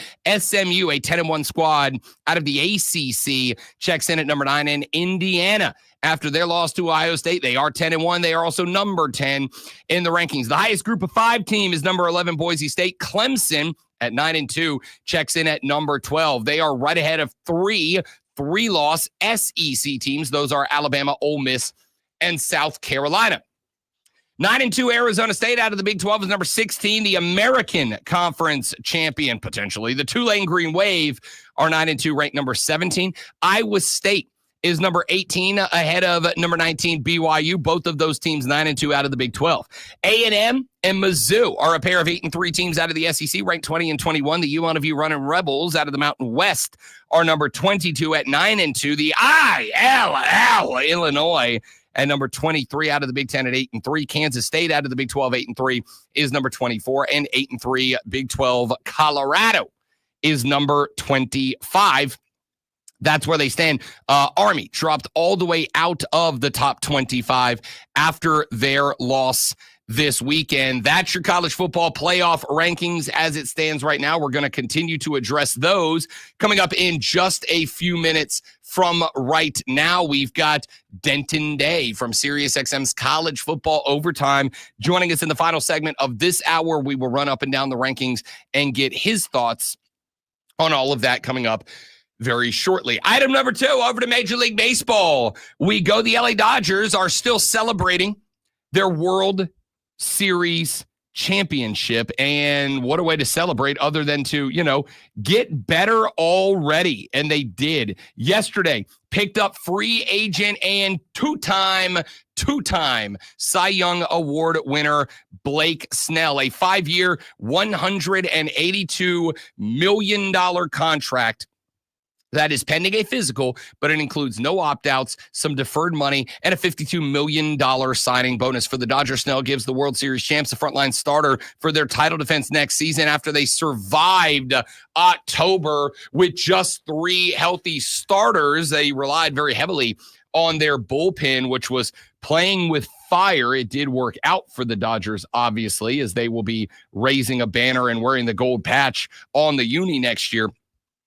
The $182 million contract is the third largest ever for a left-handed pitcher in Major League Baseball based on total value, behind only David Price with the Red Sox back in 2015 and Clayton Kershaw's Dodgers contract in 2014. It is also another massive deal for a free agent for the Dodgers. They have now handed out not one, not two, not three, not four, but 5 contracts worth at least $100 million since the start of the 23-24 season. That is the same number as the rest of Major League Baseball combined in that same period of time. Snell had a $62 million deal with the Giants, but he opted out back on November 1st to become a free agent for the second straight season. He joins the NL West arch rival in SoCal. Check out the lineup now. Blake Snell, Shohei Ohtani, Yoshinobu Yamamoto, and Tyler Glasnow. You also have Dustin May, Tony Gonsolin, Bobby Miller, and Clayton Kershaw. Should Kershaw re-sign with the club as expected as options to round out the group, they are going to end up probably sending a couple of good long-term vets in and out of the rotation throughout the course of the year. They have built an all-star rotation there. They are also amongst the leading contenders to sign Japanese star right-hander Roki Sasaki, who is expected to be posted this winter. That's a massive pickup for the LA Dodgers, and we'll be talking about that this Saturday on Bet for the Cycle, presented by BetMGM on the BetQL network. Finally, item number 3 on the water cooler cheat sheet. I have kind of jumped all around, but I think this one is worth talking about. A Hall of Fame career, probably, likely. We'll see. North Carolina announced Mack Brown will not return to be the head football coach next season, one day after the future Hall of Famer declared his intentions to return to the Tar Heels. Athletic director, no, I'm not making this name up, Bubba Cunningham, informed Brown of his decision yesterday. The 73-year-old will coach the team in the regular season finale against NC State on Saturday. They have not arrived at a decision at whether or not he will coach the Tar Heels in their bowl game. Mack Brown said in a statement, quote, "While this was not the perfect time and way in which I imagined going out, no time will ever be the perfect time. I've spent 16 seasons at North Carolina and will always cherish the memories and relationships Sally and I have built while serving as the head coach. We've had the chance to coach and mentor some great young men, and we'll miss having the opportunity to do that in the future. Moving forward, my total focus is on helping these players and coaches prepare for Saturday's game against NC State and give them the best chance to win. We want to send these seniors out right, and I hope our fans will show up Saturday to do the same." In 2 stints at North Carolina, Brown has compiled a 113-78-1 record, won a national championship with Texas after his first UNC tenure, then returned to the Heels in 2019, took them to an ACC championship game appearance in 2022. Brown ranks 8th all-time amongst FBS coaches with 288 victories. He trails only Brian Kelly, Nick Saban, Amos Stagg, Bear Bryant, Pop Warner, Bobby Bowden, and a guy from Penn State whose name I won't say on the radio. With Brown out, there are now 2 active FBS coaches with a natty, Kirby Smart and Dabo. So is that not mind-blowing? In all of college football, with Mack Brown out, in all of college football, there are 2 coaches active who have won a natty. 2. There are 2 active coaches who have a rang. 2. Kirby and Dabo. And both of those coaches won their rangs within the last couple of years, which, obviously makes sense. But the fact that there are 2, for some reason, is just mind-blowing to me. All right, let's run to a break. When we come back here in just a minute, got a couple more thoughts on the college football landscape that I want to share with you. Then we will have Denton Day, the host of College Football Overtime on Sirius XM Radio. Then we will have Mark Bonetti, the voice of the Greenville Swamp Rabbits. He'll be joining us at 8:30. We'll get you all caught up on where the Bits are heading into a big weekend on the road. And, of course, we got some NFL talk. I'll give you some thoughts, previews, projections, prognostications for the football weekend and more all coming up. It's the Rob Brown Show. It's the Fan Upstate. Your AM Thank you, It's the Lawn Rob Tractor Brown Life. Show on the Fan. Upstate. I've been going with. Hey, this is Cole Bryson. It's the most wonderful time of the year. That's right, high school football season is here. And for the best coverage in the upstate, tune into the Saturday Morning Scramble. Each and every Saturday, we will have instant reaction interviews from players and coaches, and we will take your phone calls. Join me and Alex Guest from 8 to 10 a.m. on 97.1 FM guys, in we're having an Spartanburg, issue. 97.7 FM in Greenville, and on the free Odyssey app. All brought to you by Fountain.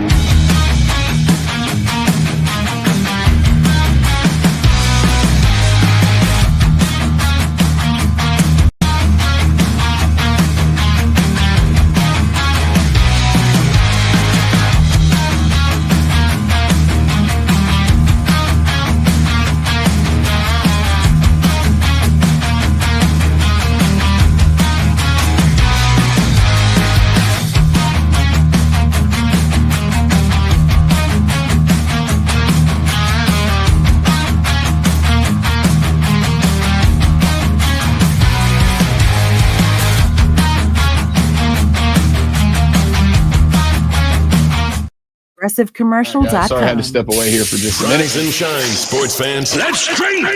Grab your coffee and get a jolt of sports on the Rob Brown Show with Lonzo. Now, weekday morning, 6 to 10 on the Fan Upstate.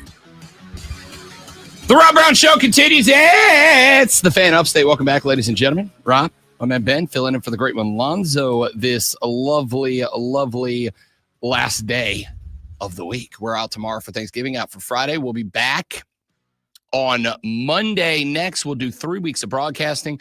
We will be in on the Monday of Christmas week. We'll be out Christmas Eve, Christmas Day, and the Thursday, Friday after. The whole station will be on vacation that week, and then we will return the following Monday. We will work on that Monday, off Tuesday, Wednesday for New Year's Eve and day, and then we will return that Thursday and Friday.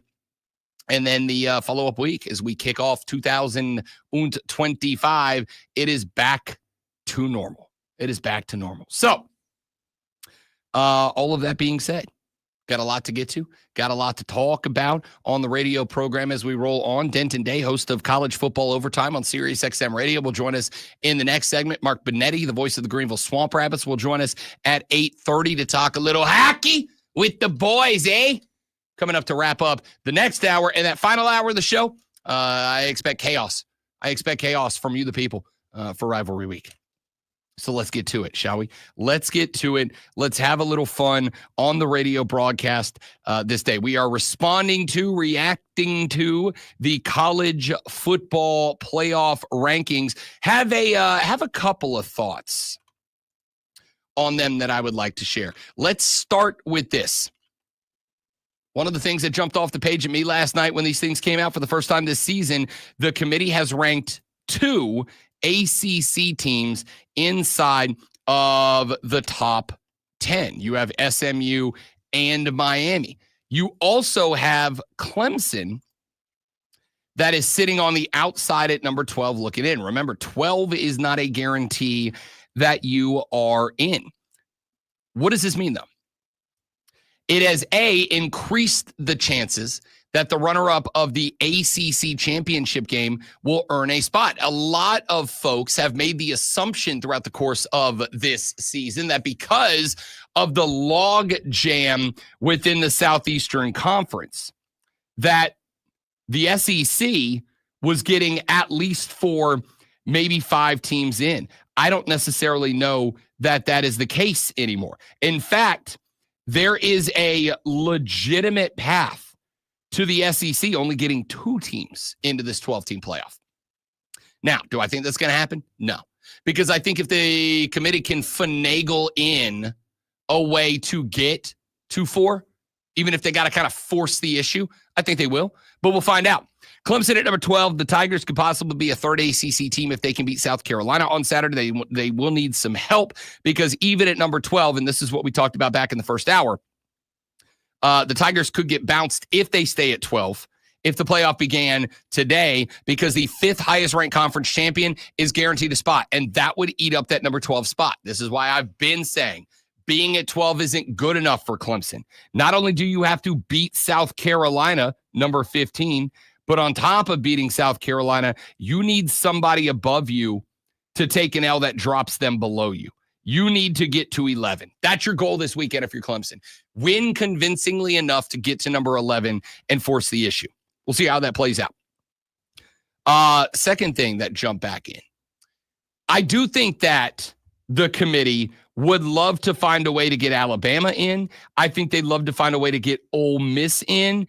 And I do think that while South Carolina doesn't have the brand power that Alabama does, I think they'd be happy if they could figure out a way to get all the 3-loss SEC teams in, at least the 3 that are inside the top 15. It's not a guarantee, but all those teams need some chaos. All those teams need some upsets, all right? Even if Clemson loses to South Carolina, Alabama, with the win over Auburn, could very well fall behind South Carolina. I'm not saying it for sure. I'm saying it's a possibility. A top 15 win for Alabama coupled with let me rephrase that. If Alabama loses to Auburn, they will absolutely fall behind South Carolina with the assumption South Carolina beats Clemson. Not a guarantee either. But even if Clemson loses to South Carolina and falls behind the Gamecocks, that would bump Alabama up to 12 if they win the Iron Bowl. But again, that 5th highest ranked conference championship ticket could mean that the team that ranks 12th does not get in. The loser of the SEC championship still has a very good chance to end up inside the top 12. We talked about the different possibilities of that earlier in the show as well. The only way that doesn't happen is if the winner of the SEC championship game is Texas A&M. So Alabama's best shot is for a bunch of upsets this week. It's Miami losing to Syracuse. It's USC beating Notre Dame. They're going to need 1, maybe 2 of those things to happen to get Alabama in.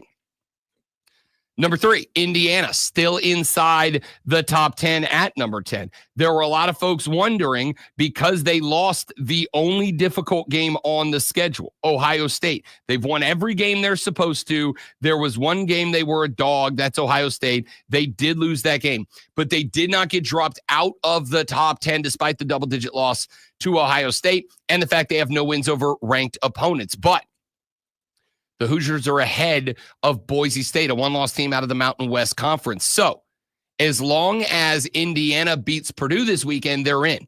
If they lose to Purdue with the weak schedule they have and an upset loss to a bad Purdue team and getting blown out by an Ohio State University, Indiana can't lose this weekend. They are absolutely out if they lose. I think they are absolutely in if they win. Do I think that they are a true contender? Not really, but that's why we play the games, right? Here's something else that's very interesting to me. The other thing that's very interesting is what's happening with the Pac-12. The rules of the 12-team CFP guarantee playoff bids for the 5 highest-ranked conference champions. That does not mean the Power 4 plus one more. It means the top 5. And if the top 5 isn't the Big 12, the Big 12 could be locked out. In theory, all 5 conference champions could be from the group of 5. The reality is that the Big 12 champions should be in, but there is a path for a couple of teams to be a 3-loss Big 12 team that is not up there, or even a 4-loss Big 12 team to be the champ, which would burn that conference out. So we'll talk more about this. We have got coming up on the next show, perhaps one of the most handsome men in radio, Denton Day, the host of SiriusXM's College Football Overtime. We will break down the college football playoff rankings and some of the possible scenarios that could play out this weekend during Rivalry Week when we return. Denton Day up next on the Rob Brown Show in the Fan Upstate. All right, guys, we're going to step out and get Denton set up. You guys stay right there. We will be right back. Don't go anywhere.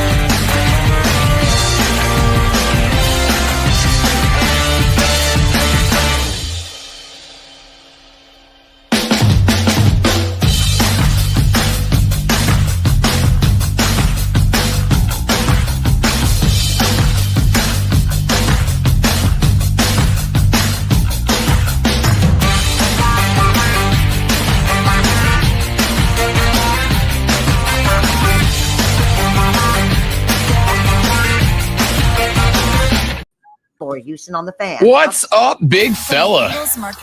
What up, boys? How we doing? Good, brother. How are you? Chilling, man. Chilling. I'm glad you're here. How about those rankings last night? I was on that MGM with Ryan and Brad when they dropped last night. And my favorite thing to do is throw out the committee pushes the SEC conspiracy theory and then just let the people go. It was great.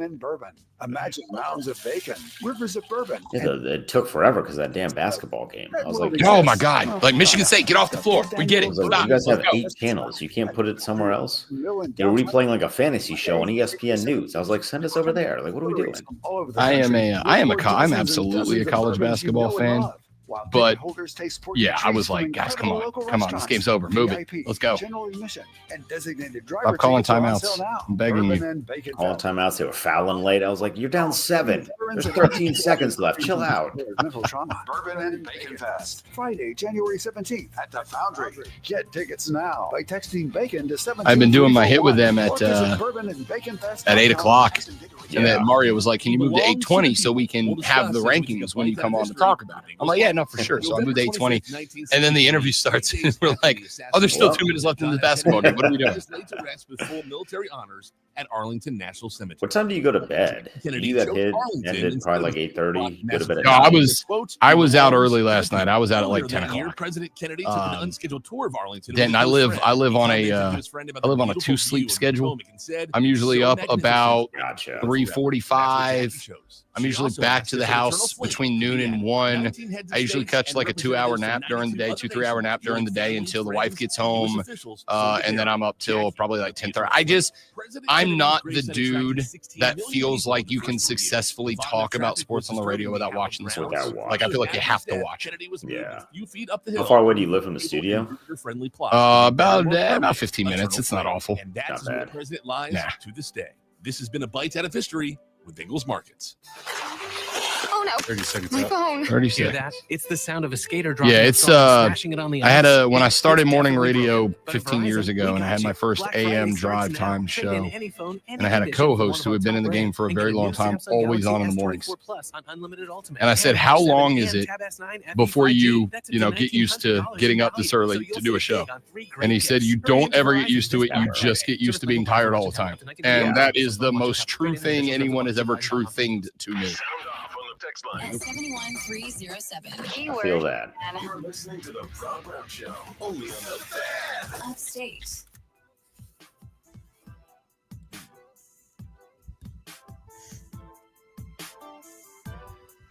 And away we go, ladies and gentlemen. It is the Rob Brown Show. It is the Fan Upstate. It is great as always on Wednesdays at 7:40 a.m. Wrapping up the Money Hour with my guy, the host of College Football Overtime on Sirius XM Radio, the illustrious Denton Day joins us here on the show. What's up, big dog? Fellas, how we doing? I'm on time, unlike the college football. That button. There we go. There he goes. Yep, bring the volume up. What's up, Denton Day? How we doing, I'm fella? good. I'm on time, unlike the basketball game and I the not- rankings last night. We got rocked by it. Okay, let's jump right in. Biggest takeaway.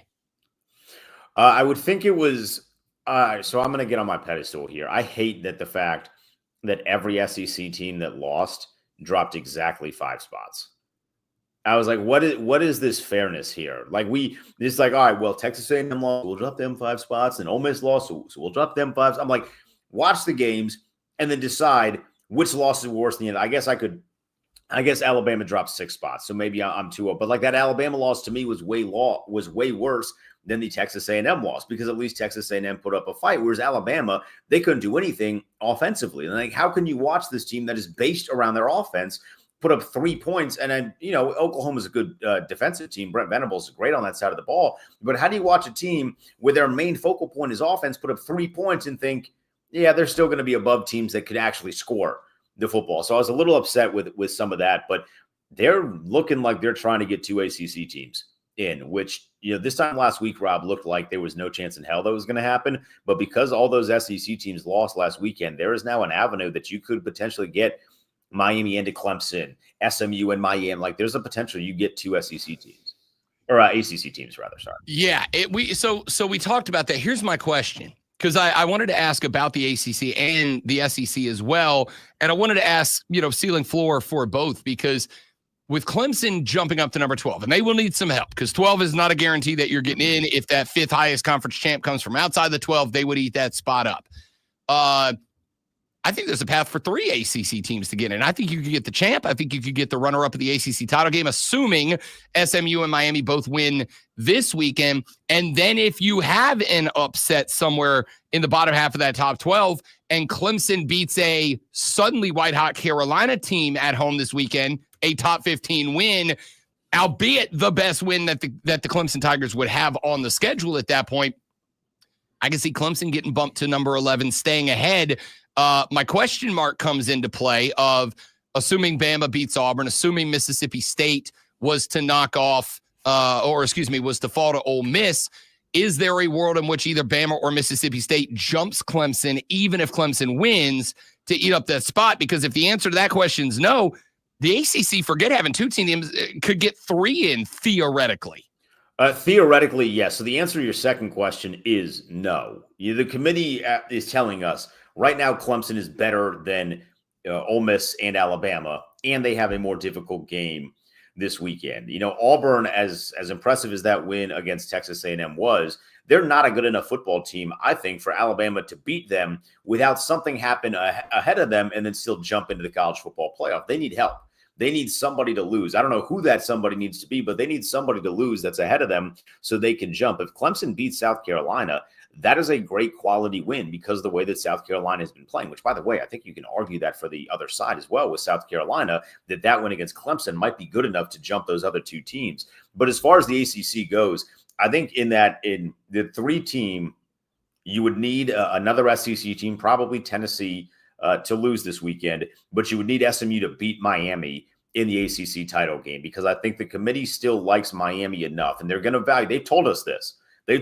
So we have a right to be upset if they don't hold true to this, Rob, in a couple of weeks, but they've told us they're going to value the conference championships heavily in a 12-team format because you have a little bit of the flexibility to do that.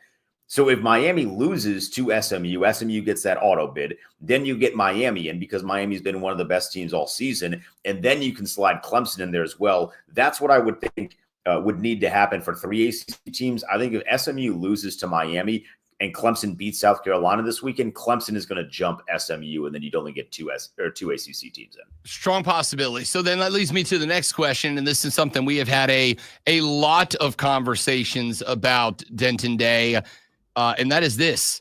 How harshly is a loss in a conference championship game punished? So if we have, theoretically, pick your poison here, if we have a conference champion a conference championship runner-up who has the same number of losses as another team from the same conference that's playing white hot or another team from a different conference, but that team did not make the conference championship, could the punishment be, hey, you got to a conference championship, but you lost it. We're going to drop you behind another team with the same number of losses, but had one fewer game in there? Or do you think there will be some grace for conference championship runner-ups? In the SEC, there's going to be grace. In the SEC, because you're likely going to get a 2-loss team, potentially 2 2-loss teams, depending on what happens with Texas and Texas A&M this weekend. But because you are guaranteed to get at least 1 2-loss team into that conference championship, assuming that 2-loss team loses, I still think they would have to value them ahead of whether it be Bama, Ole Miss, A&M, or South Carolina, just because they've been driving that into our head. So I think that conference is different than everybody else. I do not think by any stretch of the imagination the Big 12 gets that same thing. I don't think that the ACC would get that same thing if SMU loses. Like if SMU loses in the ACC championship game, my belief is that they're going to fall and that someone else is going to take their place, which could be Clemson. It could be one of those 3-loss SEC teams, which I know would get all the ACC faithful very, very upset for the second year in a row, but that looks like that would be more of a possibility. But if you're in the SEC championship game, you are going to get in. That's my take is if you get to that game, you are in the college football playoff. I think SMU Clemson is kind of the most interesting example here, right? Because I mean, that is to me the perfect example because I think SMU fans would look at that and they go, yeah, well, wait a minute. Like regular season 11-1, played every bit. In fact, I would argue maybe even a more difficult schedule than Clemson, had a better regular season record. We're going to get punished for making it to a conference championship game. And again, I think the interesting thing for me here, Denton Day, is we know what the committee is. We know what they have valued in years gone by, but with the 12-team format, obviously they may restructure. They may say, okay, we can treat this a little differently.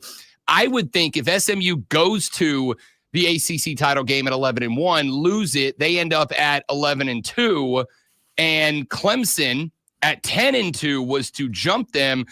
I wouldn't have an issue with SMU fans ready to throw a riot.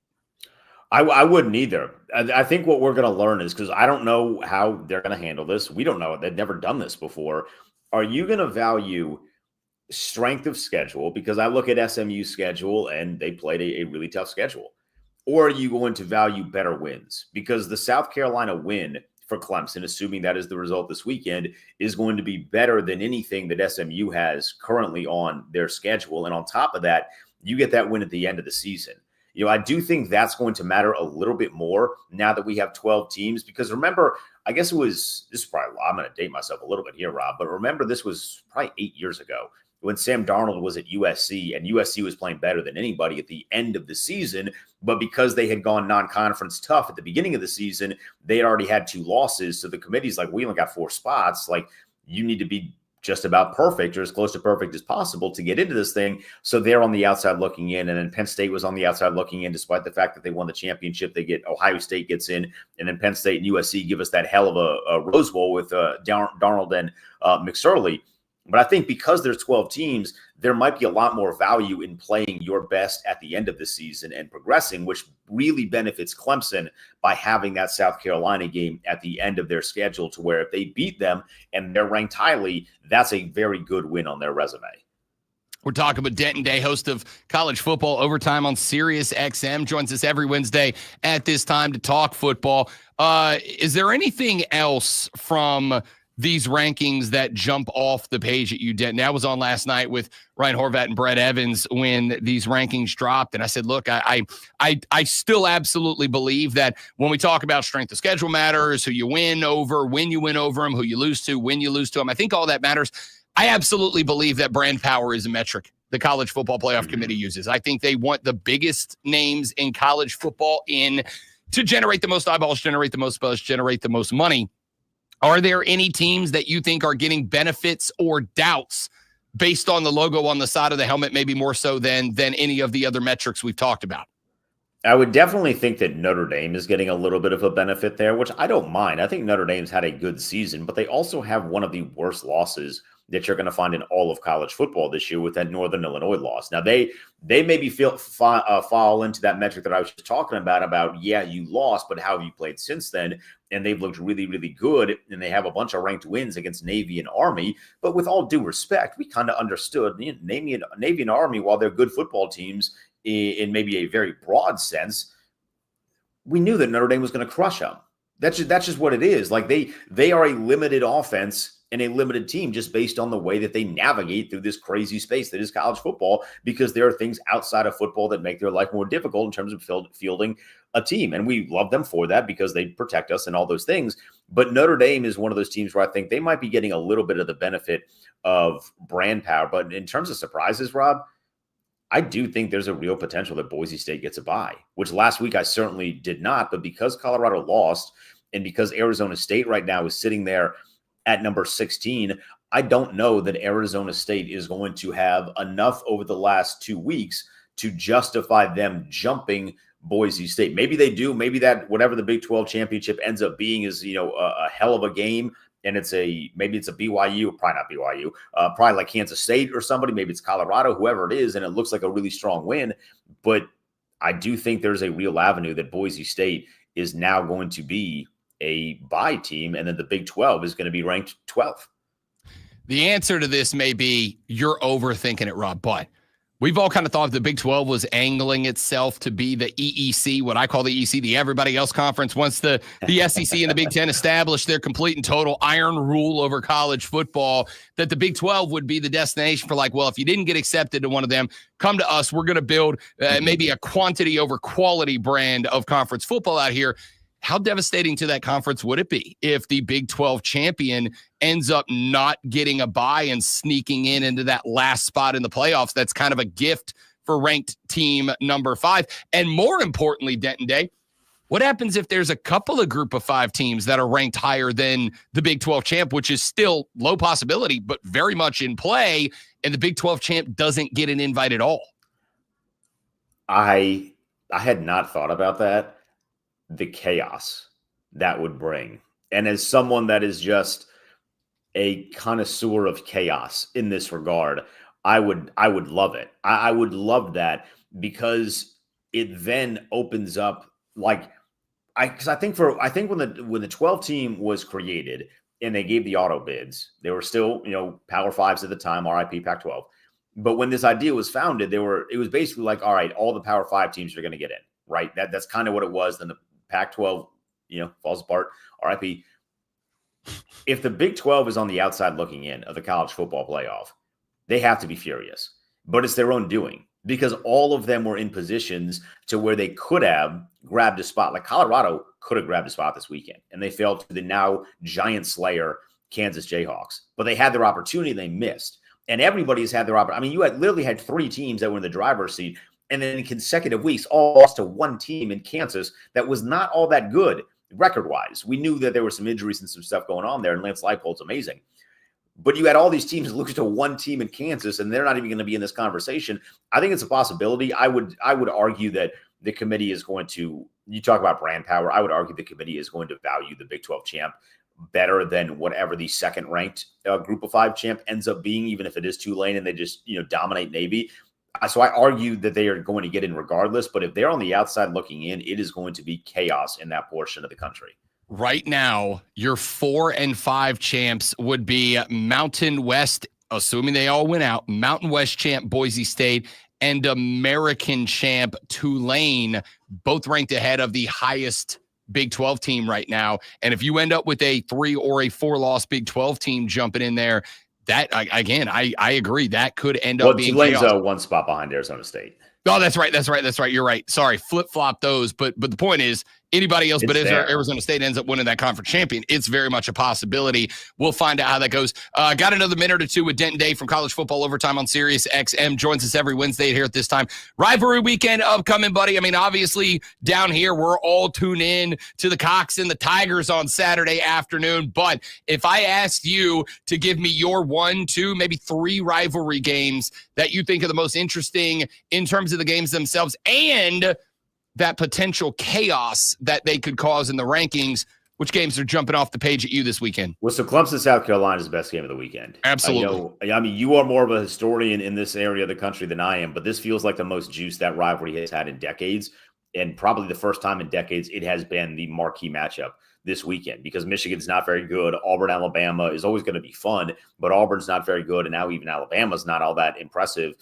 I do think Auburn, Alabama is on my list just because there is the potential of chaos. But, we know how that rivalry goes. At Jordan Hare, it gets funky. At Tuscaloosa, it doesn't. And it usually is a blowout in favor of Alabama. And because Alabama lost the way that they did this weekend, my guess is that they're going to stomp Auburn. So that's on the list, but it's low. Honestly, Georgia and Georgia Tech is one that I didn't think I'd care about at the beginning of the season. But because Georgia Tech has a little bit of a tendency to stay in games that maybe they shouldn't, and Georgia has had a tendency this year to not put teams away, that one could be a fun one to watch. That one's on a Friday this year too, Rob. So you get a little bit of Black Friday football action with Georgia and Georgia Tech. So that one is definitely on the list. And then I'll be watching Ohio State and Michigan. I would love nothing else than if my long-lost uncle Ryan Day loses, just because chaos and just what that Ohio State fan base would do in that instance. I don't think that'll happen. I think Ohio State's going to beat the brakes off of them. I mean, they might try and hang 60, just as like a double middle finger to Michigan. But Clemson, South Carolina is without question the best game of the weekend. Can I give you one more that I want to put to your list and see how you feel about? Sure. Miami at Syracuse feels dangerous. Syracuse does weird things up in upstate New York in a spot like this, and there is nobody who is capable of doing less with more than Mario Cristobal on a consistent basis. I got a feeling that's a game we may want to at least put on the little TV in the Bro Cave. I would tell you what, you and I are wrestling fans. We love long-term storytelling. If this pays off the long-term story of when Fran Brown wanted to give Ryan Day a bottle of champagne after one game of Kyle McCord, that would be the perfect ending to the regular season. Yes, it would. Denton Day is the host of Sirius XM's College Football Overtime. You can find him on the X at the Denton Day, because only the best amongst us go with the followed by their own name. All right. It's just a branding. It's a stroke of branding genius is what it is. Denton Day. I wanted just at Denton, but that was taken. Denton Day. Find him on X at the Denton Day. You can find him across Odyssey platforms and Sirius XM's College Football Overtime. My man, always great to talk to you, brother. Enjoy the hell up out of rivalry weekend. And when we talk next week, it's conference championship time, brother. I can't wait. The season goes too fast, but I can't wait, fellas. Doesn't it feel like it started freaking yesterday? Like it felt like yesterday you and I were doing preseason shows on BetQL. Unbelievable. Yeah, and here we are, conference championship. It's crazy. But it's true. But all as handsome as we were back then too. You know? Denton, appreciate you, big dog. Have a good weekend. We'll talk to you next week, brother. All right, see you, fellas. Happy Thanksgiving. The legend himself, Denton Day, here on the Rob Brown Show. When we come back, we'll run you through some of the other college football rankings and games that matters from the weekend. We got Mark Benetti, voice of the Greenville Swamp Rabbits, at 8:30, and then whatever shenanigans, tomfoolery, and chaos we get into to wrap up the week on the Rob Brown Show in the Fan Upstate.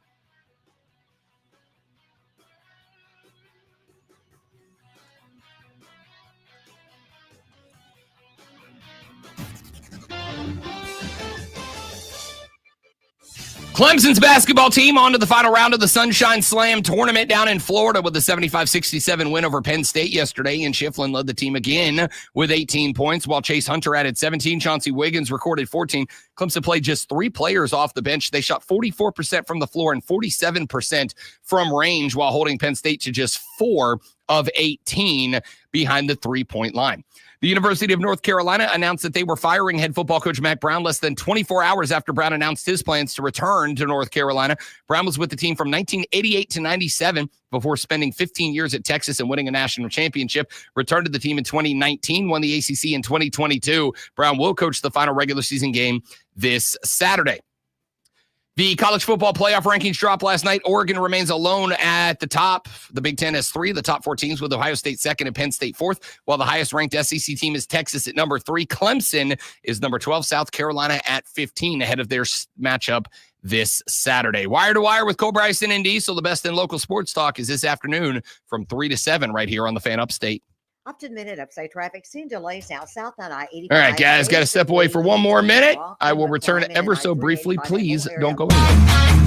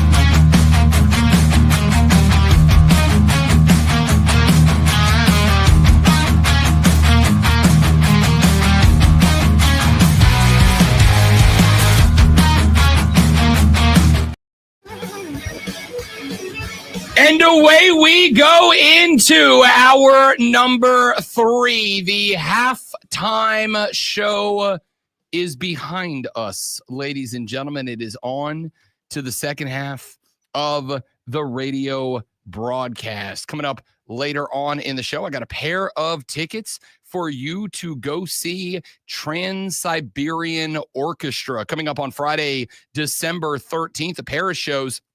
We have got tickets for you to go see Trans-Siberian Orchestra coming up later on in this hour of the show. I will give those away towards the end of the broadcast. So make sure you stay tuned for your chance to win tickets to go see I saw TSO last year for the very first time. Y'all, it's a dadgum rock and roll show, man. Like this is not even, they're not even asking me to say this. I'm just saying this. I saw TSO for the first time last year. It is the most 1980s rock and roll show I've ever been to in my life. And I've seen 1980s rock and roll shows. I'm in a 1980s rock and roll band. And I've never seen a show as wild as TSO. So if you've never gotten your chance to see Trans-Siberian Orchestra, I've got your chance to win 2 tickets coming up later on in the radio broadcast. Please stay tuned, and we will bring you those tickets later on in the broadcast. Don't go anywhere. Keep it locked in. By the way, those of you that are asking, I am aware that we are having some signal issues on 97.7 FM right here in the GVL. Yeah! And we're working on that. Our casting crew of young, intrepid engineers, including Captain America, Chris Evans down the hall. They are on it right now. So hopefully we will have that signal back up and bumping. If you are having issues, if you are just barely hearing me, or if you are, you joined us on the stream or whatever, please feel free to tell people that you can still listen with crystal clear audio quality by going to thefanupstate.com or by grabbing the Odyssey app. You can listen anywhere around the world with an internet connection and a speaker. So if you're having issues hearing us on 97.7 right now, please know our crack staff of engineers, top men, are working on it right now, and hopefully we will have that issue resolved sooner rather than later. In the meantime, the Odyssey app, AUDACY, available on all of your digital devices, and thefanupstate.com have the show and the station streaming for you around the clock, 24/7, 365. So hit us up. If you were listening on those mediums, on those platforms, we would love to have you be a part of the show.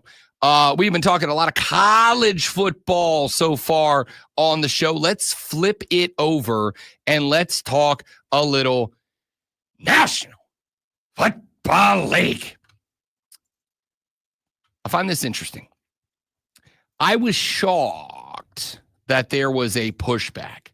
Dave Canales, after the win, felt like a win, after the 3-point loss to the reigning, defending, undisputed Super Bowl champions, the Kansas City Chiefs.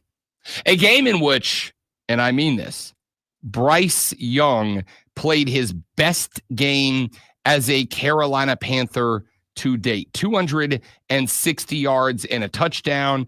And as Rashad Beard of the Panther Nation podcast joined us yesterday, since we'll be off tomorrow, said there were also 2 or 3 drops, including one big Xavier Legette drop that he told reporters after the game he felt sick about. He's like, he could not have thrown. In fact, he texted Bryce Young after the game and was like, you could not have thrown a better football. I've got to come up with that catch. Legette said he was sick about dropping the ball. That was a good 40-yard pass that could have gone for probably closer to 60 had he been able to drag that thing in and keep in bounds for another 5-10 yards with a defender on his back.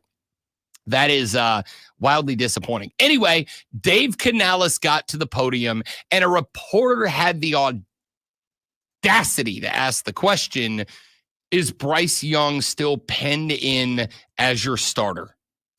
If you will turn that button back on for me, Ben. Yeah, I mean, I don't have to make any statements. He's making it for himself. You know, he's continued to show us the progress we're looking for, bringing our skilled players to life. You know, Xavier played the X position today, so just kudos to Xavier as well, just taking on a new role and finding some success there. You know, a couple plays he'd love to have back, I'm sure.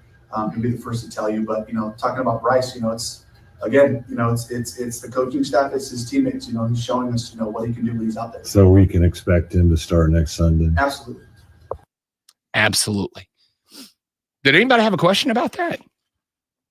Because I got to tell you right now, if you think Bryce Young hasn't earned another week as the starter. Let me tell you, you don't know ball. You don't know ball. He absolutely did. Bryce Young was dropping darts. And I told you, I think it was just, and I meant this. I meant it then, I mean it now. I think it was more than anything else a confidence issue for Bryce Young. And you guys know me. I'm not a big fan of talking about intangibles. I'm not a big fan of talking about the abstract. That is not to say that I don't know that those things are important. Those things absolutely are important. Confidence is a real thing. Culture is a real thing. Mentality, chemistry, these are all real things. But the problem is they're very hard to quantify. If not impossible to quantify. You know, you can say a guy looks more confident, is acting more confident. And you know what I'm talking? I'm not just talking about football. I'm talking about life in general, right? Like, it's one thing if a dude walks in and he's got that kind of downtrodden body language, right? Like the head's down, the shoulders are slumped, whatever, versus a dude who kicks the door open and his head's up high and the shoulders are back and he's got that Vince McMahon swagger, right? Confidence. You can tell when somebody is confident versus a dude that's not confident. You can see the difference. And I think you can see the difference in quarterbacks too. But the thing is, you can also fake that. And unless you are in the locker room, I think you're by and large, more often than not, guessing about things when you talk about the abstract. And let's keep it a buck.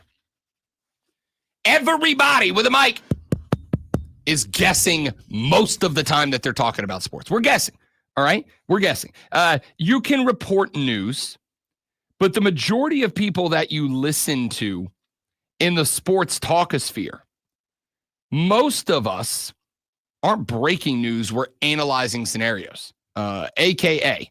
We are taking the information that we have. We are forming an opinion, except for the hot take artists who just make crap up for the sake of ticking you off and getting you to respond to them. But hey, do your thing. I'm not here to judge. Most of us are doing the best we can to compile the information that is available to us, to put our own eyeballs on the product, and then to speculate what is happening, why it is happening, and what happens next now that it is happening, right? Like, that's our job. So here's my effort with that.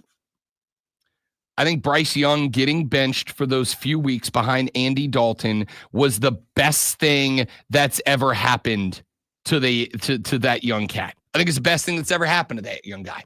I think that by sitting down and getting the opportunity to watch what the team looks like from a different perspective, I think it matters. And I think it clearly did some good for him. One of the things that I've done in years gone by is I have worked for different sports teams. Not so much like, oh, I'm coming in to GM your team, although I can. All right. But more along the lines of, Rob Brown, you're outside the organization, but you've been around a lot of local sports. Can you come in and just give us some suggestions on what we can do better? Almost like a consultant, right? So I have gone in, I haven't done it here yet, but in years gone by, I've gone into local organizations and I'll say, look, I interact with your fans on a regular basis, right? No matter what capacity I'm in, I interact with your fans. And so I'll go in and I'll go, hey, listen, Here are the things your fans want more of and less of. Here's a different way to run your social media. Here's a different way to run your game day production. Here's a different way to run this event or that activity. Here's a different way to get your players communicating, whatever. And just kind of provide an outside voice. And sometimes that's immensely helpful for those teams, right? It's immensely helpful for those teams to just have the opportunity to get some fresh eyes on the product. Because if you're inside the building, just like a player, just like a quarterback inside the offense, if you're inside of a building, it's very difficult to break yourself out of the norm, out of the routine, and be able to look at things with an unbiased viewpoint. One of the things that I've done for teams in years gone by when I've acted in that role is to be able to say, whatever I say in here is not personal. I mean, it's not an attack. And the reason you got to do that is because when people have been with an organization or inside of an offense or whatever, they eventually evolve and adapt to only see that team through one particular lens, right? Whatever lens that might be, positive, negative, pessimistic, optimistic, whatever. And when you get into the routine that you can only see a thing through one particular lens, you maybe don't see some of the details. You maybe don't see some of the things that can be changed, that should be changed, that it would help you to change. Because you can't imagine doing it any different. I think that's what happened with Bryce Young. I think he got so locked in, seeing that thing through the eyes of a starter, that you've got Xavier Legette and you've got, John Brooks coming in and you've got all these, you've got Jalen Coker, and you've got a restructured offensive line that went out and got you a couple of Pro Bowl caliber guards to play across it. Like, there were all these changes. You've got Dave Canales, a new head coach and offensive coordinator over there. There were all these changes that most of us considered very good changes for the Carolina Panthers. But because Bryce Young was so used to seeing this offense as a starting quarterback who spent a year and some games getting his ass whipped constantly, that I don't think he could see it to make the changes he needed to change. So to go sit on the bench and get a new perspective, to be able to look and evaluate game film that doesn't have him in it, naturally drawing his eye to what he was doing. But to be able to look at that in a way that he wasn't the center of attention. He wasn't the one guy taking more criticism than anybody else. He wasn't having games and results and numbers and stats blamed on him. He was able to get a fresh perspective. And I think he took advantage of that. Texter said, 71307 is the text line. Start your text with fan. Texter said, Rob, one of the broadcasters for the Panthers game mentioned that Bryce was loose and confident, and I think most people could tell. Absolutely. Absolutely. Because, it's one thing to be out there after a year of what happened last year with Frank Reich and the interim coach, Chris Tabor. I think it's one thing to see the improvements. I think it's another thing when you're out there playing. I think you can still be locked into what happened instead of what is happening, or maybe more importantly, what you are trying to make happen. And I think by sitting down behind Andy Dalton, allowing somebody else to go out there and take the heat, somebody else to go out there and take the blame, somebody to play in that offense in a different methodology than Bryce Young, somebody to go out there and show you or give you the ability to look at that offense and that strategy and that those tactics and all that behind a different lens. I think it opened up the eyes of Bryce Young a little bit. And I think he said, this Legette kid can do some stuff. This Jalen Coker kid can do some stuff. This run game is there for me. These two new guards, Damian Lewis and Robert Woods, these two new guards are opening up holes. They're creating opportunity for me. And so what did we see out of Bryce Young this past Sunday against the Kansas City Chiefs? We saw a guy who, at least in my eyes, and I know ball, at least in my eyes, what we saw was a quarterback who was hanging in the pocket. At least what I saw was a quarterback who was confident that he was being blocked for successfully. In the last couple of years, I think what you had was a quarterback who took the snap and could not look down the field to analyze the movement of defensive backs and linebackers, right? If you go look at my Twitter feed, twitter.com/The Rob Brown Show or x.com/ whatever the hell it is, The Rob Brown Show on X. And you go back and you look at, I think it was Monday night. If you go back and you look at Monday night, I put up analysis of 2 plays of Bryce Young, both from the opening drive. One was the very first pass play from scrimmage that Bryce Young threw.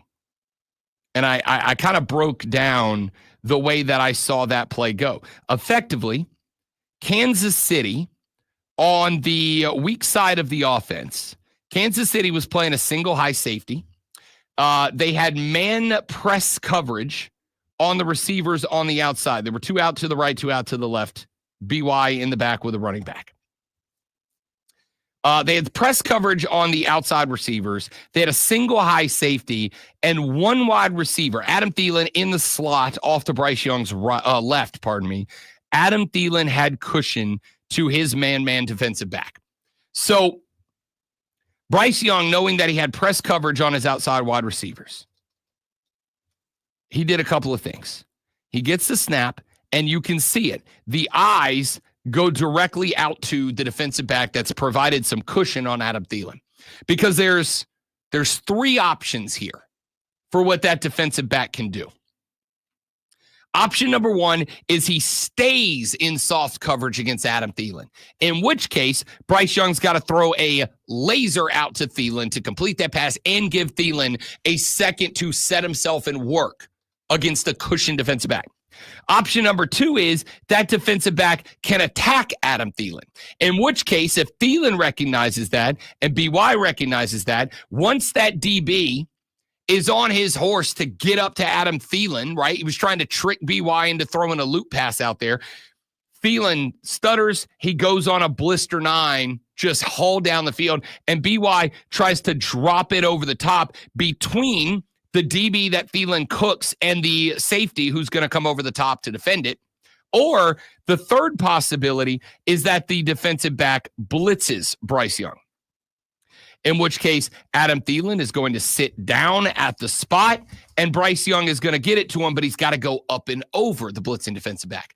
BY gets his eyes out there. He reads what the DB is doing. The DB comes on a delayed blitz. Once the blitz is on its way, Bryce Young just kind of floats it over the top to Adam Thielen. Thielen gets it. He's got 7 yards of positive gain before he gets to the defensive back, to the single high safety who's come up to make the stop. It's good for a 7-yard gain. Is it the most explosive thing that's ever happened? Absolutely not. But what it showed me was that Bryce Young's eyeballs were looking at the defensive backfield. They weren't looking at where the rush was coming from.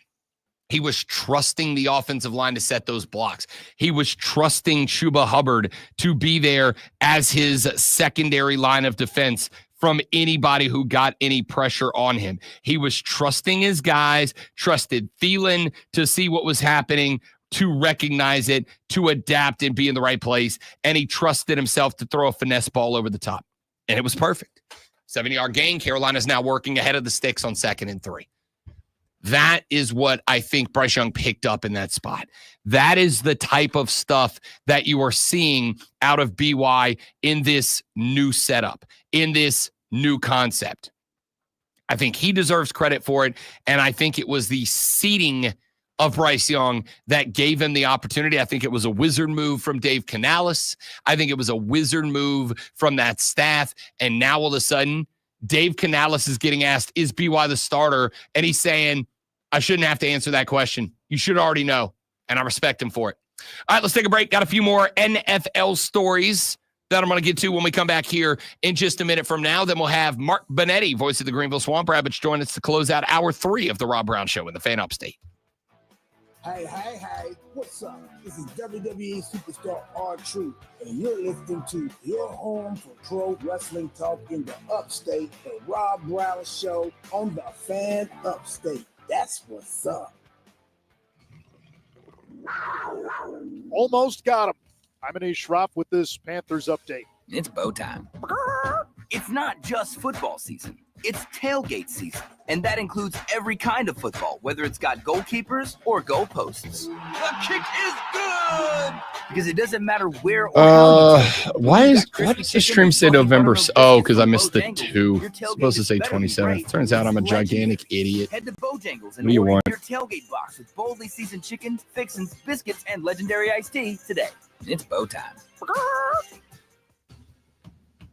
On Sunday, the Panthers nearly sent shockwaves through the NFL, pushing the league's gold standard, the Kansas City Chiefs, to the very brink.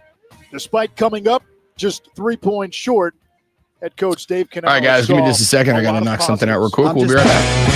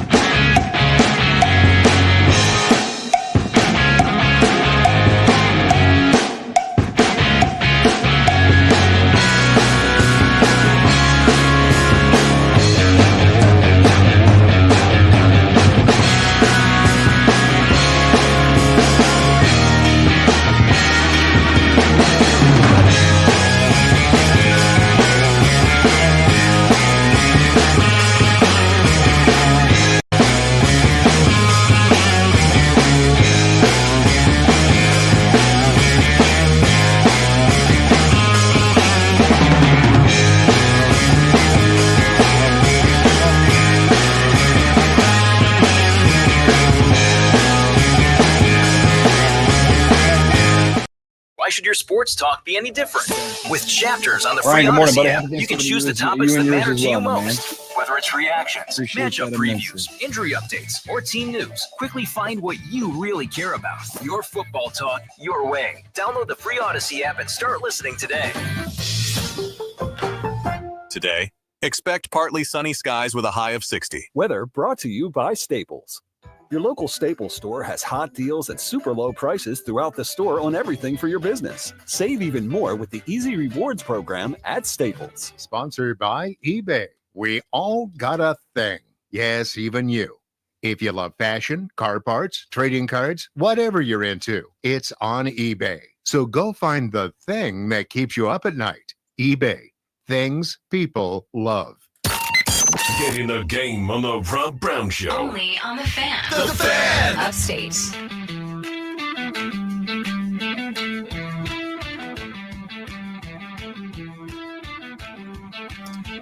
Short segment here as we have got Mark Benetti, the voice of the Greenville Swamp Rabbits, joining us coming up in the next segment of the show. We'll check in with the Bits as they are rolling through the early portion of their season so far. Got about a third of the season under their belts. It runs all the way up through February before we get to the playoffs in March. We'll talk with Mark Benetti of the Greenville Swamp Rabbits coming up here in just a few minutes from right now. Very much looking forward to having Mark back on the radio broadcast. Final hour of the show belongs to you. The renewal by Anderson of the Carolinas fan phone is open, 844-FANFONE. That's 844-326-3663. You can also text us on the text line at 71307, 71307. Start your text with FAN, F-A-N, FAN, and we will read them on the show. You can also shoot us a tweet at The Rob Brown Show, at The Rob Brown Show. You can send us a tweet at The Fan Upstate if you want to get to everybody up in here. You are certainly welcome to do it. We're going to continue our discussion about rivalry weekend across the college football landscape. We will also get into our NFL weekend picks, predictions, prognostications, and projections coming up as well. Texter said, Rob, what are you going to do if they, and talking about they, I said earlier in the show, because it's hate week. So we're haters ball. We're just hating on stuff today. All right. Just hate away. I don't care what you say. Yeah. I'm a love, joy, happiness kind of guy. I'm a big old fluffy teddy bear. All right. I like happiness. Why would you want to be anything but happy? If you have the option to be happy, choose to be happy. All right. I'm a big ball of happiness up in here, but sometimes it's just nice to vent. It's just nice to get stuff off your chest, right? It's just nice to be able to say, screw that guy. Like Jerry Jones, if you're a Cowboys fan, for instance. I'll tell you why here in just a moment. But sometimes it's just nice to be a hater. Am I right? So today, I'm looking for you to be a hater. What are we hating on today? All right. What are we hating on? One of the things I'm hating on is not gender reveal parties. All right. Because again, I don't need a reason to go to a party. If you're throwing a party, I don't care if it's a gender reveal party. I don't care if it's a baby shower. I am here, especially if I am your friend, to support you. Okay, I'm here to support you. And I'm almost being a bit hypocritical on this one because, yes, I spent years and years and years saying hashtag in fall weddings. And then I had a fall wedding. Now, the wife and I tried to pick a fall wedding where we thought the college football schedule was going to be relatively light. And for the most part, it was. And I literally told friends of mine, as much as I would love to have you there, if you can't make it, because you already have tickets to a game or whatever, I promise you, I'm going to understand. I had at least 2 people not come because they had already purchased tickets to go see Clemson play NC State, and it happened to be that day. Okay, cool. I'm not mad about it. What I am going to say is, if you throw a party like that and you throw it on a weekend that you know is a massive sports weekend or sports day, that's where it's a problem, right? You know what I didn't do? I didn't say, hey, babe, what do you say we get married rivalry weekend? No. We got bigger fish to fry, okay? We got bigger fish to fry. So when I got a note that said, "Hey, Rob Brown, one of your friends from high school who's wanted to be a dad for a very long time, and he's becoming a dad. He's having his gender reveal, and you're going to be in town that weekend. Would you like to come Saturday to the gender reveal party?" I said, "I'm very busy that day. I'm very sorry. I have a show. I can't skip the show," which is a lie. I could skip the show. I just am 100% using that as a way to lie to my friends to not go. You throw your gender reveal on Rivalry Saturday. Make it on Sunday. Hell, make it on Black Friday. We're all off on Black Friday. Well, the lucky of us. We're off on Black Friday. Throw it on Friday. I'll come on Friday. Hell yeah, I'll come on Friday. Are you kidding me? Throw it on Sunday. I will skip some NFL games to come on Sunday. I like a good party. We stand out in the parking lot, drink some good bourbon out in the driveway, vent about things, talk about golf. I'm 40 years old. I will come to your party to stand in your driveway and talk about golf and the economy. How's the stock market treating you, Bob? Real good, Jim. Thanks for asking. I'm down with that. I'm that age now. I'm good with that. But you put it on Rivalry Saturday? And this guy's a football fan. This isn't like, like you got those friends, they ain't sports fans. They don't understand. They don't know. They don't get it. It's not circled in red on the calendar like it is for the rest of us, but it is for the rest of us. What are you doing? No. So Texter said, what are you going to do if they somehow hear you say this on the radio and get offended? The only reason I'm saying it on the radio is because they hate football. And so they're not listening, so I don't particularly care. All right? I don't care. What are you going to do? Don't put it on Rivalry Day. You know better. You know better. It's not like this is a secret. Like even your non-sports fans know what this weekend is. Everyone you know in your life that's a Clemson fan is talking about beating South Carolina this weekend. Every one of your friends that's a Bama fan is talking about beating Auburn this Saturday. Every one of your friends that's a Florida fan is talking about how they're dropping 99 on the Seminoles this weekend, and they actually might. Florida might hit that over by themselves. The point is, this isn't a secret. It's not some guarded, off-brand, sideways Saturday. No. This is the biggest Saturday of the year. For those of us that celebrate, this is the Saturday. And you said, hey, what if you come over and don't watch football? Yeah, 0% chance. Not happening, bud. Not happening. I hope hitting your little golf ball or popping a balloon or whatever you're going to do, I hope it goes well. And I hope you get whatever gender of baby it is that you're going for. I really do. I wish you the best. I will send a bottle of bourbon, but there's no chance I'm skipping a day where every game from 11:30 a.m. Central Standard Time up until 10:30 p.m. Central Standard Time is nothing but hate? You think I'm missing out on that? Knock it off. What are we doing here? All right, when we come back, Mark Bonetti is the voice of the Greenville Swamp Rabbits. The Bits having a hot little run of things. Had a little start to the season. A rough L a couple of Saturdays ago, but the boys are heating up. The Bits are in fuego. And we'll talk with Mark Bonetti about that when we come back on the Rob Brown Show in the Fan Upstate. Hey, football fans. I got to stay right there. I got to go get Mark set up. We'll be right back. Don't go anywhere.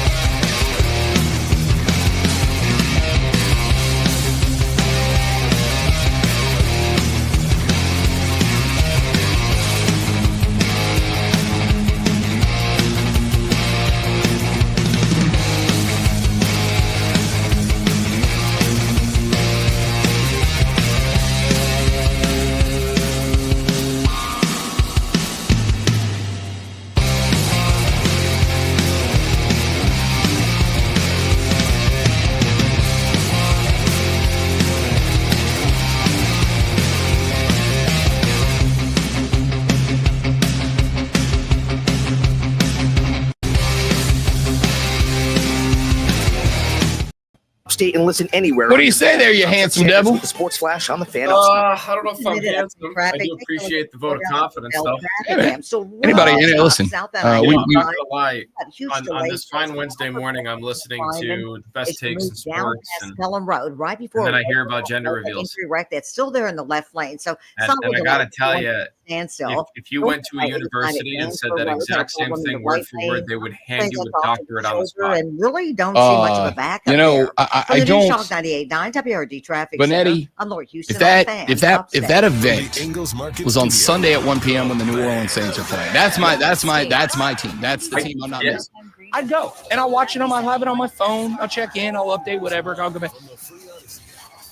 Every game is just hate. Why would you take the hate away to make me come say, I hope you have a boy or a girl, whatever it is that you want. I hope it's happy. I hope it's healthy. I'm pulling for you. I'll send you a nice bottle of bourbon. I'll come to the hospital when it's born, as long as it has the good taste to not be born on like Super Bowl Sunday or something, right? Yeah. But like on the ranking of priorities, yes, watching South Carolina and Clemson beat the absolute dog crap out of each other is prioritized for me. I'm sorry.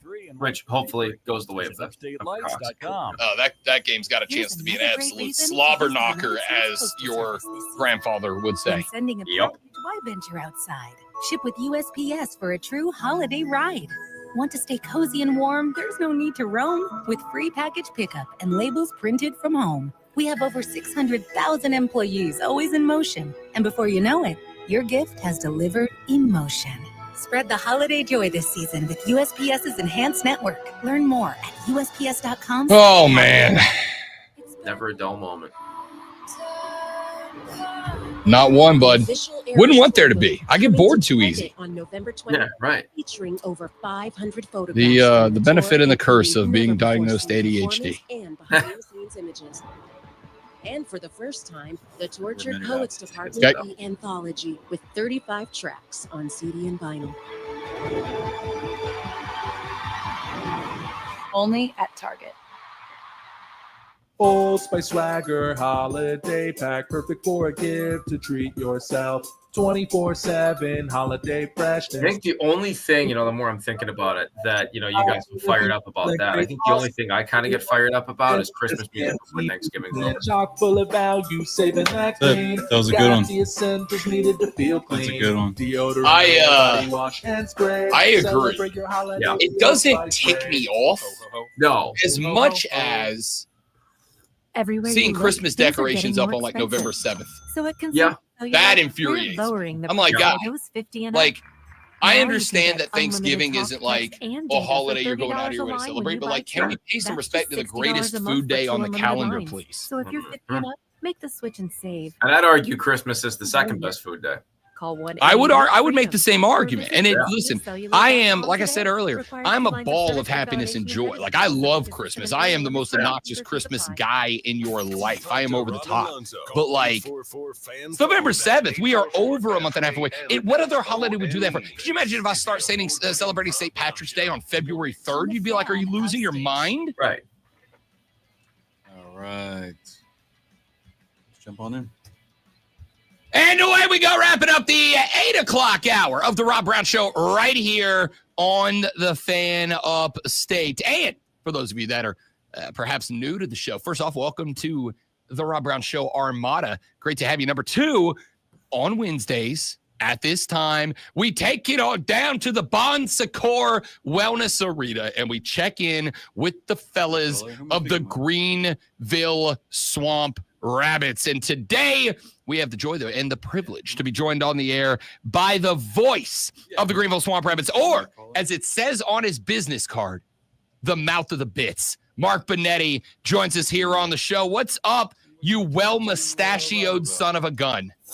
Well, you certainly recovered there. We went back to the mouth of the bits, but then you recovered by saying I actually don't look like I have a dead skunk on my face. So I appreciate that. Thank you.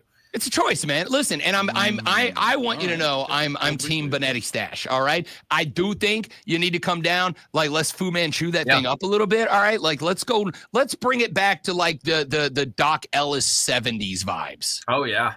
Now, is that with or without the no hitter while on LSD? Allegedly. Right. Yeah. Allegedly. Yeah. All right. Also, if that's not the greatest performance in the history of sports, I don't know what is. I mean, come on. Flu game, my man was actually hungover. All right. Kirk Gibson going yard on a broken freaking leg. Spectacular. But knocking down a pound of hallucinogenics and then going and fanning 27 in an MLB. I don't care if it was 19, whatever the hell it was. That might be the greatest sports performance of all time. Yeah, and then considering at one point, I think Ronald Reagan was the umpire too. I mean, there's really a lot to kind of unpack with how he did all of that. So, but you are correct. I mean, Kobe drops 81, Wilt drops 100, but Doc, while he literally saw monkeys in the infield as umpires trying to man second base and first base was pretty great. I mean, again, allegedly.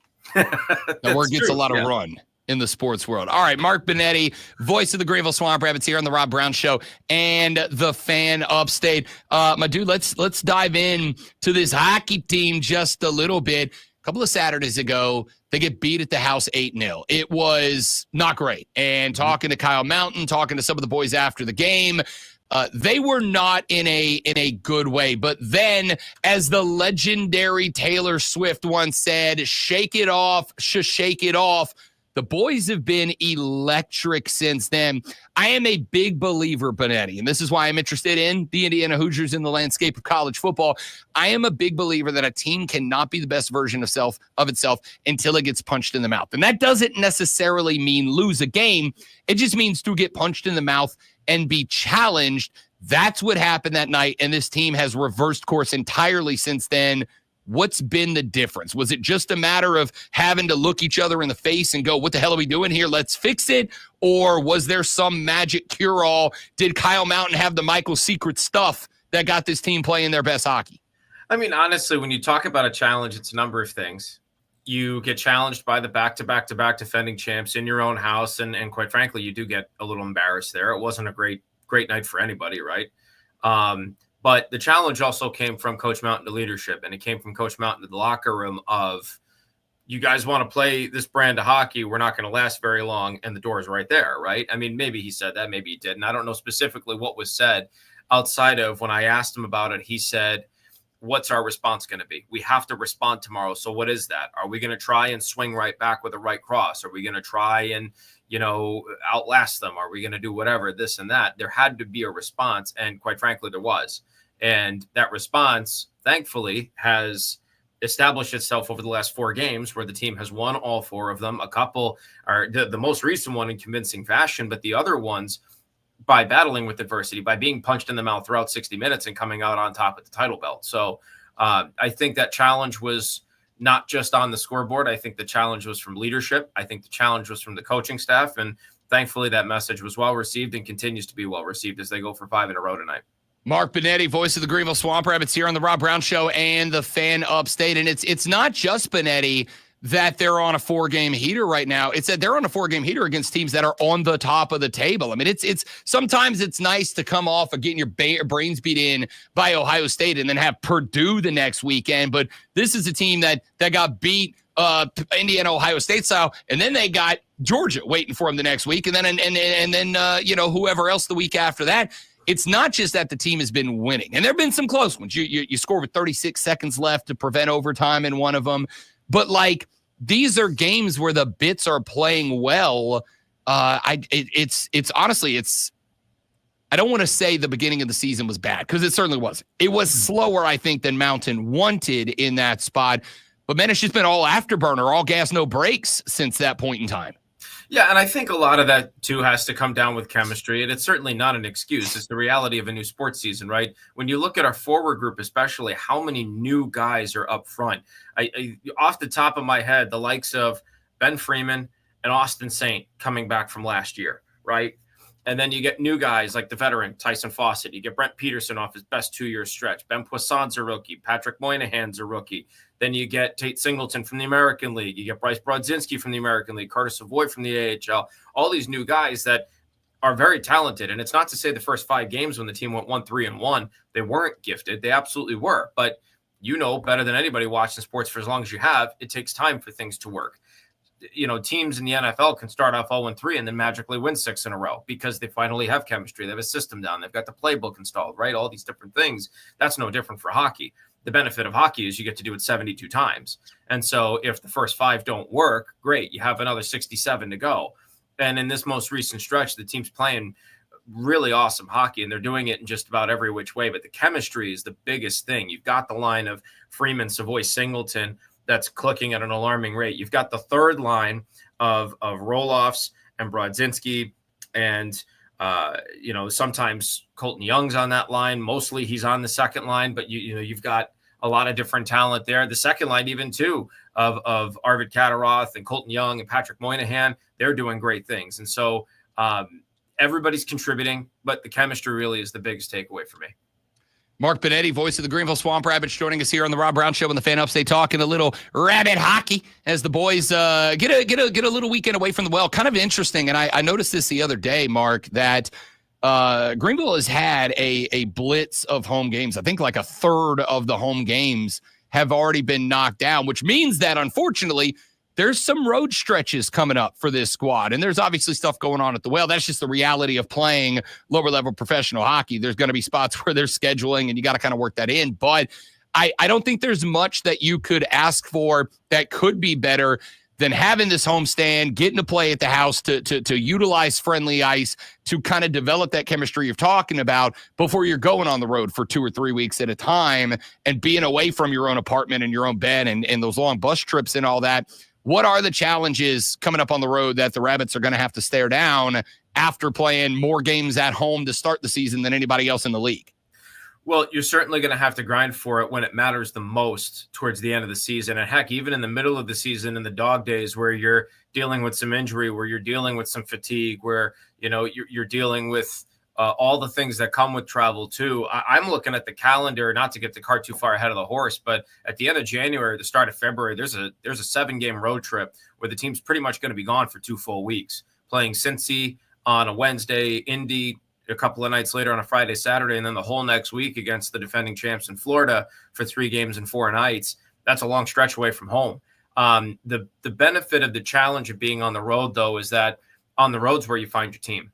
You get on the bus, you have those fun moments with the guys, you get in the airport, you're playing schnarps, you're getting more time with those guys. I don't want to necessarily say in a forced setting, but let's call it that just for the sake of the argument that, not to say they don't hang out at home, but on the road, you don't have a choice. You have to be with your team, right? And I think that's where teams are built. So, yeah, there's challenges. You're going to go into some pretty hostile environments. You're going to come up against teams that maybe at that time they are playing their best hockey, but you take that challenge and you turn it into a strength of yours where that's where you can find your team.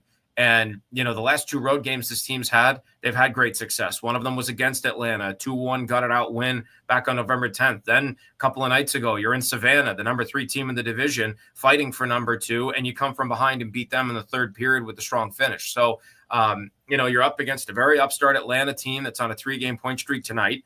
You go celebrate Thanksgiving tomorrow, hopefully wear off the tryptophan because Friday you're in North Charleston against the number 2 team in the division. And then Saturday you're up against the Jacksonville team that just got embarrassed in your building. And they're going to try and throw it back in spades at you to end off the week. Looking at the team that when we spoke a couple of weeks ago was hanging out around 6th in the South Division. They are now up to 4th. They are 1 point behind Savannah in 3rd. They are 4 points behind South Carolina in 2nd. But the interesting thing is they've played fewer games than everybody in this division than Jacksonville. So if you are looking at this on a point per game average at this point, Greenville's absolutely right up there with Florida, South Carolina, Savannah at the top of the table. It's just a matter of getting the numbers averaged out as the season progresses. Is this, in your opinion, based on what we've seen so far, is this team a legitimate South Division championship threat? It very well could be. I still think it's too early to tell.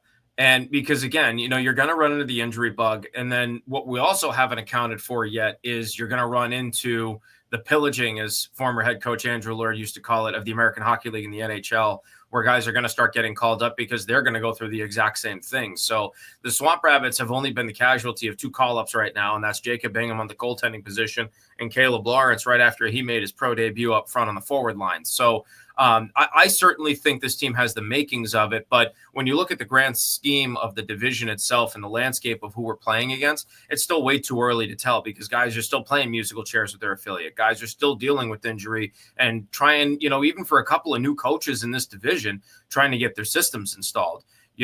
Coach Mountain is one of, I believe, 3 brand new coaches in this division, along with Jared Stahl and Savannah and Brandon Maschinter in Jacksonville. So those are 3 teams. 2 of them competing very well right now in the top 4 of the division, but still trying to find what is their coaching voice, right? What is the grand play out of how this all is and how much is your roster going to shake up? But if this team keeps playing the way they are now, where they're scoring in 5-on-5, where they're not relying on but getting contribution from the power play, and where the goaltending, quite frankly, at this moment seems impenetrable, it's looking pretty good. I don't disagree. And one of the reasons why Mark Benetti is goalkeeping. I think when Ingy got called up, there was a little bit of panic amongst the fans, and especially because when Dryden McKay stepped between the pipes for the first time in a full replacement role of Ingy, not a great debut in that 8-0 loss. And I see you out there, Swamp Rabbit fans, in that Facebook page. There were a lot of complaints and concern, but since then, Dryden McKay might as well change his last name to Wall, because dude has been damn near impossible to get the puck past no matter what offense. Florida, South Carolina, Savannah, all struggling against Dryden McKay. Talk to me about maybe what shifted between that young man's first couple of opportunities. I know he was a fantastic college-level goalie. What is it that's clicked the last few weeks and has turned Dryden McKay into the goalkeeper he's become for the Bits? If you asked Dryden that exact same question, he'd say everybody in front of him has stepped up. For everybody else watching, yes, that is the case, but he too has also taken the onus on himself to put this team in positions to win. I knew a guy a long time ago working for the Rapid City Rush that said the goaltender's job isn't to stop every puck, it's to give his team a chance to win, which, you know, we all talk about how goaltending and pitching and baseball are very congruent. You give your team a chance to win at the end of the day, whether you're on the bump, whether you're in between the pipes. Dryden's doing that every day. He's attacking pucks, stopping them. His positioning's phenomenal. He's getting help in front of him from his defense. Dryden will even tell you, he told me the other night with some post-game remarks that, you know, when a goaltender can see the puck, the game becomes so much easier. And the defense in front of him is allowing him to see shooting lanes. It's allowing him to see shots come off the stick. And quite frankly, the ones that he can't see, it's because his own teammates have blocked them. So it's a perfect storm for a number of reasons. And that's not to take away from his play, because it has been phenomenal. But if you asked him that question, he'd tell you everybody in front of him is really stepping up and getting it done. But he's capable, and everybody should have known that he's capable. You talked about his college career, 113 wins in 140 games, 3-time Hobie Baker Award finalist. He won the award in 2022 after setting the single-season college record with 38 wins in a year. He has the NCAA shutout record with 34, and on his Hobie, he's only the third goaltender in all of college history to win it. So, I mean, there is clearly capability there, and now he's showing it. But then, again, too, it's also his team stepping up as well. Mark Benetti is the voice of the Greenville Swamp Rabbits. We talk Bigs hockey every Wednesday at 8:40 here on the show. And before we turn you out there, I do want to let the folks know that the Swamp Rabbits, like everybody else, jumping in to provide the upstate community with a little access to Black Friday and Cyber Monday this week. Black Friday through Sunday evening, the Swamp Rabbits have holiday packs that include 10 ticket vouchers, good for any regular season 2024 or 25 hockey game. It comes with a Swamp Rabbits branded Christmas ornament, a $20 gift card to the Hop Shop, and they've got a couple of different packages available. You can look at those at swamprabbits.com/holiday, and on Cyber Monday starting at midnight on Sunday going into Monday and running through Monday, $25 tickets for any game in December or January with no fees attached anywhere in the lower bowl. You can pick that deal up at swamprabbits.com/Cyber Monday. I feel like I nailed that as a salesman there, Benetti. I feel like I smoked that one. You nailed it. I think you should get a commission for that, to be honest. I'll have to talk with Andrew Depew, our vice president of sales, on that. Doopy, I'm just saying, Benetti's a genius, and everything he says you should listen to. I completely agree.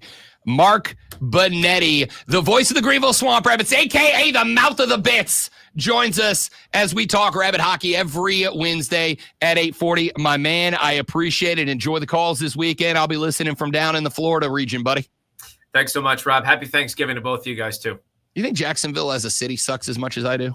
It's not on my top 5. There it is. That's good enough for me. He can't be mean. So that's a good way to put it. Mark Benetti, voice of the Bits. Stay tuned. We are back for the final hour of the day, final hour of the show, final hour of the week when we come back on the Rob Brown Show in the Fan Upstate.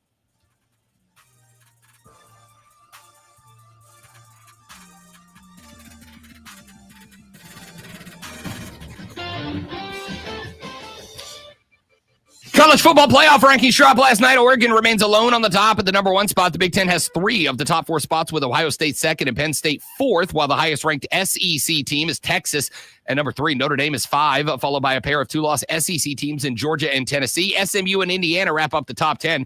Boise State is the highest group of 5 team at number 11, a spot ahead of number 12. Clemson trailed by 3-loss SEC teams, Alabama, Ole Miss, and South Carolina. The LA Dodgers, fresh off their World Series championship parade, have already upgraded, added left-hander free agent Blake Snell yesterday on a 5-year, $182 million contract, the third largest ever handed out to a lefty. The two-time Cy Young winner opted out of his Giants contract to sign with LA. And the University of North Carolina announced that they were firing head football coach Mack Brown less than 24 hours after Brown announced his plans to return to UNC. He was with the team from 88 to 97, spent 15 years at Texas, won a Natty, and returned to North Carolina in 2019, winning the ACC in 2022. We're back with the final hour of the Rob Brown Show after this on the Fan Upstate.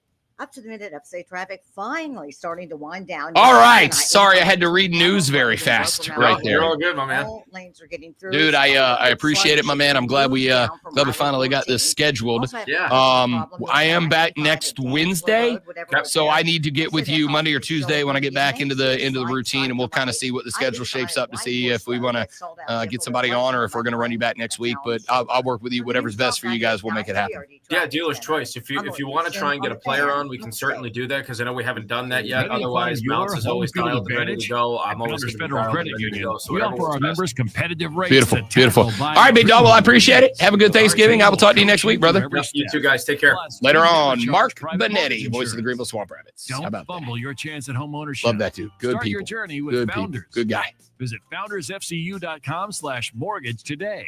Terms and conditions apply. Membership qualification required. Equal housing lender. Institution and now, all right. No upstate Creed, child should have Christmas if he hangs without on. presents under the tree. Donate a toy during the LEO Santa. When you are with Wellness me, Arena in downtown Greenville I'm on Thursday, free. December 5th till 10 a.m. on Friday, December 6th. I'm Our friends from Greenville free. County Law Enforcement will be on hand accepting toys and donations. Plus, see special demonstrations from tactics teams and canine patrol units. Help an underprivileged child this Christmas. For more, go to leosantachristmas.com. LEO Santa, presented by Rob Inario Law.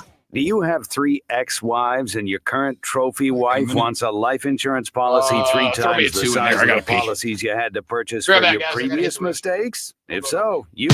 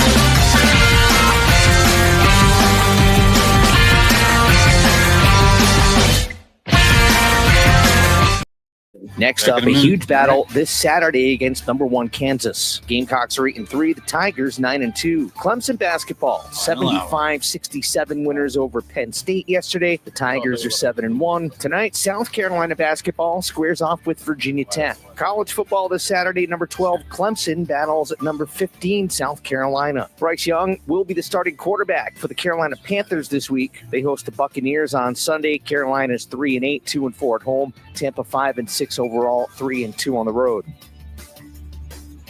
The Fan Upstate is your home for Paladins, football, and basketball. Follow all the action live right here on the Fan Upstate. Download the Odyssey app, search the Fan Upstate, and listen anywhere on your phone. Upstate. WYRD Greenville. WORD Spartanburg. WFBC HD3 Greenville. The official sports voice of you, the Upstate fan. Upstate. Odyssey Sports Station. Man, check this out. You're on official Rob Brown lockdown. Represents being real. Yeah. Unfiltered sports talk. Manufactured locally for the Carolinas. Lockdown. This is the Rob Brown Show. Get raw. Only The Fan Upstate. Here we go. The final hour of the Rob Brown Show goes now. Welcome back, my dudes and dudettes, ladies and gentlemen, amigos and amigas. Spectacular to have you here on the radio broadcast. I got Creed on the phone. Creed, I'm coming to you here in just a minute, but let me tell you why I am glad that this is the last hour of the show, that this is the last hour of the week. I just went to the restroom during the break, and after I was done doing my business, I walked over to wash my hands because I'm not a filthy, disgusting animal like those of you who don't wash your hands after you touch your business. All right? Wash your hands. You're an adult. Act like it, for the love of God. All right? So I went over to wash my hands. I spent, Ben, a good 15 seconds waving my hands under the faucet to get the water to come on. Oh, boy. We don't have those. It's an old faucet. You got to lift the damn handle to turn the water on. That's what I spent 15 seconds waving my hand around like a moron trying to get the water to come on. That's where I'm at in my life right now, people. That's where I'm at in my life. I started waving my hands around under the faucet, just like, come on. Where's the water? I got to get back in the studio. I got like 30 seconds until we're on the air. What is happening right now before I went, oh, yeah, that's right. I got to turn the faucet on. Like the kid in Back to the Future? Yeah. Absolute moron. All right. I'm an idiot. That's what I say all the time. I'm a smart guy. I'm the smartest idiot you know. Or the dumbest smart person you know. I don't know yet. All right? You're just living in the future. It just is what it is. I'm waving my hands around. I can't get turn the faucet on, you idiot. You absolute moron. So I'm glad we have 60 minutes left of outstanding sports talk broadcasting, and then we call it a week for a 4-day weekend before we return on Monday. Let us begin, ladies and gentlemen, the final hour of the show, the final hour of the day, the final hour of the week, off with a banger. My man Creed hanging on the phone wants to talk a little sports with us. Creed, what's up, big dog? Welcome back. Good to have you. Thanks for waiting, partner. Hey, last week I called in. I said, Rob Brown, I said, when it happens, when Florida beats Mississippi and when Oklahoma plays their Super Bowl and beats Alabama. You sure as hell did. I have to not ignore us anymore. You said that's a Powerball chance. Well, your Powerball has came in. I mean, not my real one, because I wouldn't be here if it did, but you called the shot, Creed. Bravo. Well done. Flowers to Creed, because you absolutely did. And I absolutely said I didn't see both of those outcomes going that way, and they both did. Let's go now to the next step, okay? How will it be possible to ignore South Carolina and Clemson when South Carolina gets Clemson, they get them, and then Clemson says, we don't care, because in the Dome, Syracuse took care of business, got Miami, and Clemson says, we're in anyway. They beat SMU, they're in. They're the 3 or the 4 seed. How do you keep South Carolina out then? If South Carolina knocks off Clemson, which would be a top 12 win, if SMU... SMU's got they're in no matter what. Well, I don't know, whatever. We had Denton Day from SiriusXM on earlier in the show, Creed, and he and I are of the same opinion. We both think the loser, there is a path. I want to be very clear. There is a path for both ACC championship contenders to go, and SMU is already locked in. No, I understand that. What I'm saying is SMU, regardless, when Miami loses this week, SMU and Clemson, they're in the final. Gotcha. You're saying if Miami loses to the Cuse. SMU, when Miami loses, then when SMU loses to Clemson, how do you put SMU in, who just lost to Clemson, who South Carolina just beat? SMU's out. You see what I'm saying? Not technically, but they should be out. How do you argue South Carolina's not in then? It is just going to be who's stacked ahead of them, because the other problem you have to work into the equation here is that, yes, Alabama lost, yes, Ole Miss lost. They're both still ahead of South Carolina because of that heads-up victory. If both of those teams fail to lose another game, this is why I said Gamecock fans are enormous Auburn and Mississippi State fans. You are hoping that both Lane Kiffin's Rebels and Kalen DeBoer's Alabama Crimson Tide melted down, and that carries into next weekend, because I do think you need at least one, if not both of those teams to fall out, because even if 2 spots inside the top 12 open up, which is absolutely create a possibility, both of those teams, if they both win this weekend and do not participate in the SEC title game, which obviously they are not, if they both win this weekend, both of them will get a nod into the 12 before South Carolina, just because of the heads-up victories that they hold. This is why I've said, Creed, South Carolina is the biggest what-if story in college football, because if they do not lose any of the 3 games they lose, Alabama, Ole Miss, or LSU, you get one of those back. South Carolina's 100% in the playoffs, assuming they beat Clemson. But if 2 spots open up and Ole Miss and Bama both win this weekend, both of those teams will go in ahead of the Gamecocks. Yeah, Alabama could lose. Mississippi can't. Mississippi State's just really that weak. There is no miracle for them. They're that weak. Auburn could get Alabama. Mississippi State, there's no way. I agree, but my question is this, because we know what Lane Kiffin did in the portal, and South Carolina fans, as well as anybody else with Juice Wells going down there, you guys are aware that Kiffin built up through the portal, and he built up with NIL guys. Now, I don't have a problem with the portal or the NIL, Creed, but I have also said, as somebody who doesn't have a problem with the portal or the NIL, I am under no mistaken concept that guys who move through the portal or NIL, they may not be as bought into the philosophy of the program or the program itself as guys that are homegrown, recruited, want to be there, et cetera, et cetera. Is there a possibility that, and we all know who and what Lane Kiffin is there a possibility that a good chunk of that team, after they lost to Florida, they now are a 3-loss team, and yes, they are right there on the cusp of getting in, but they are a team just like South Carolina that needs a bunch of help alongside winning their own rivalry game. Is there any chance that Florida beat the positive vibes out of Ole Miss?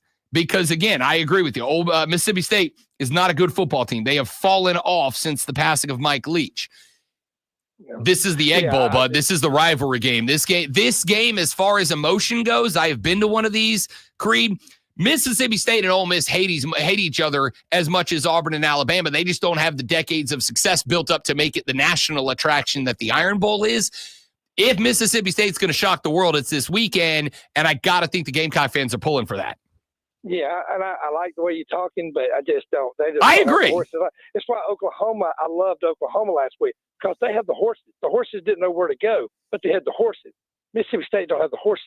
You can't put a mule in the Kentucky Derby. I don't care how juiced he is. He's still a mule, and that's what Mississippi State is. So I just don't have no faith in them. But I'm just hoping that Mississippi just lost, Alabama just lost bad, Carolina beats the number 12 team in the nation, and they'll go, well, 8 weeks ago this happened. Well, I like to see what happened the last 3 weeks. If this was Alabama, they'd put them in. It wouldn't matter if South Carolina beat them or not. There would be no question they would put them in, regardless of what happened 9 weeks ago. If they were hot, they would get in no matter what. I'm not going to disagree. The problem, and I've said this a couple of times, and it comes across this way. It's not meant to be an insult to South Carolina fans, though it's going to be taken by some fans as that way, Creed.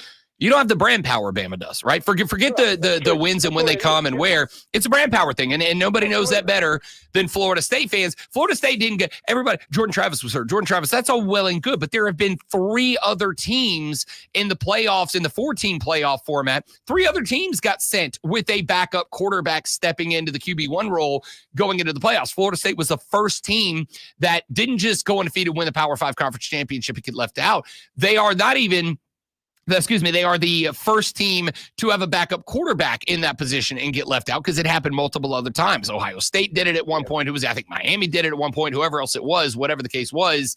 But I have made the argument time and time again, because as far as I'm concerned, nobody's going to break it.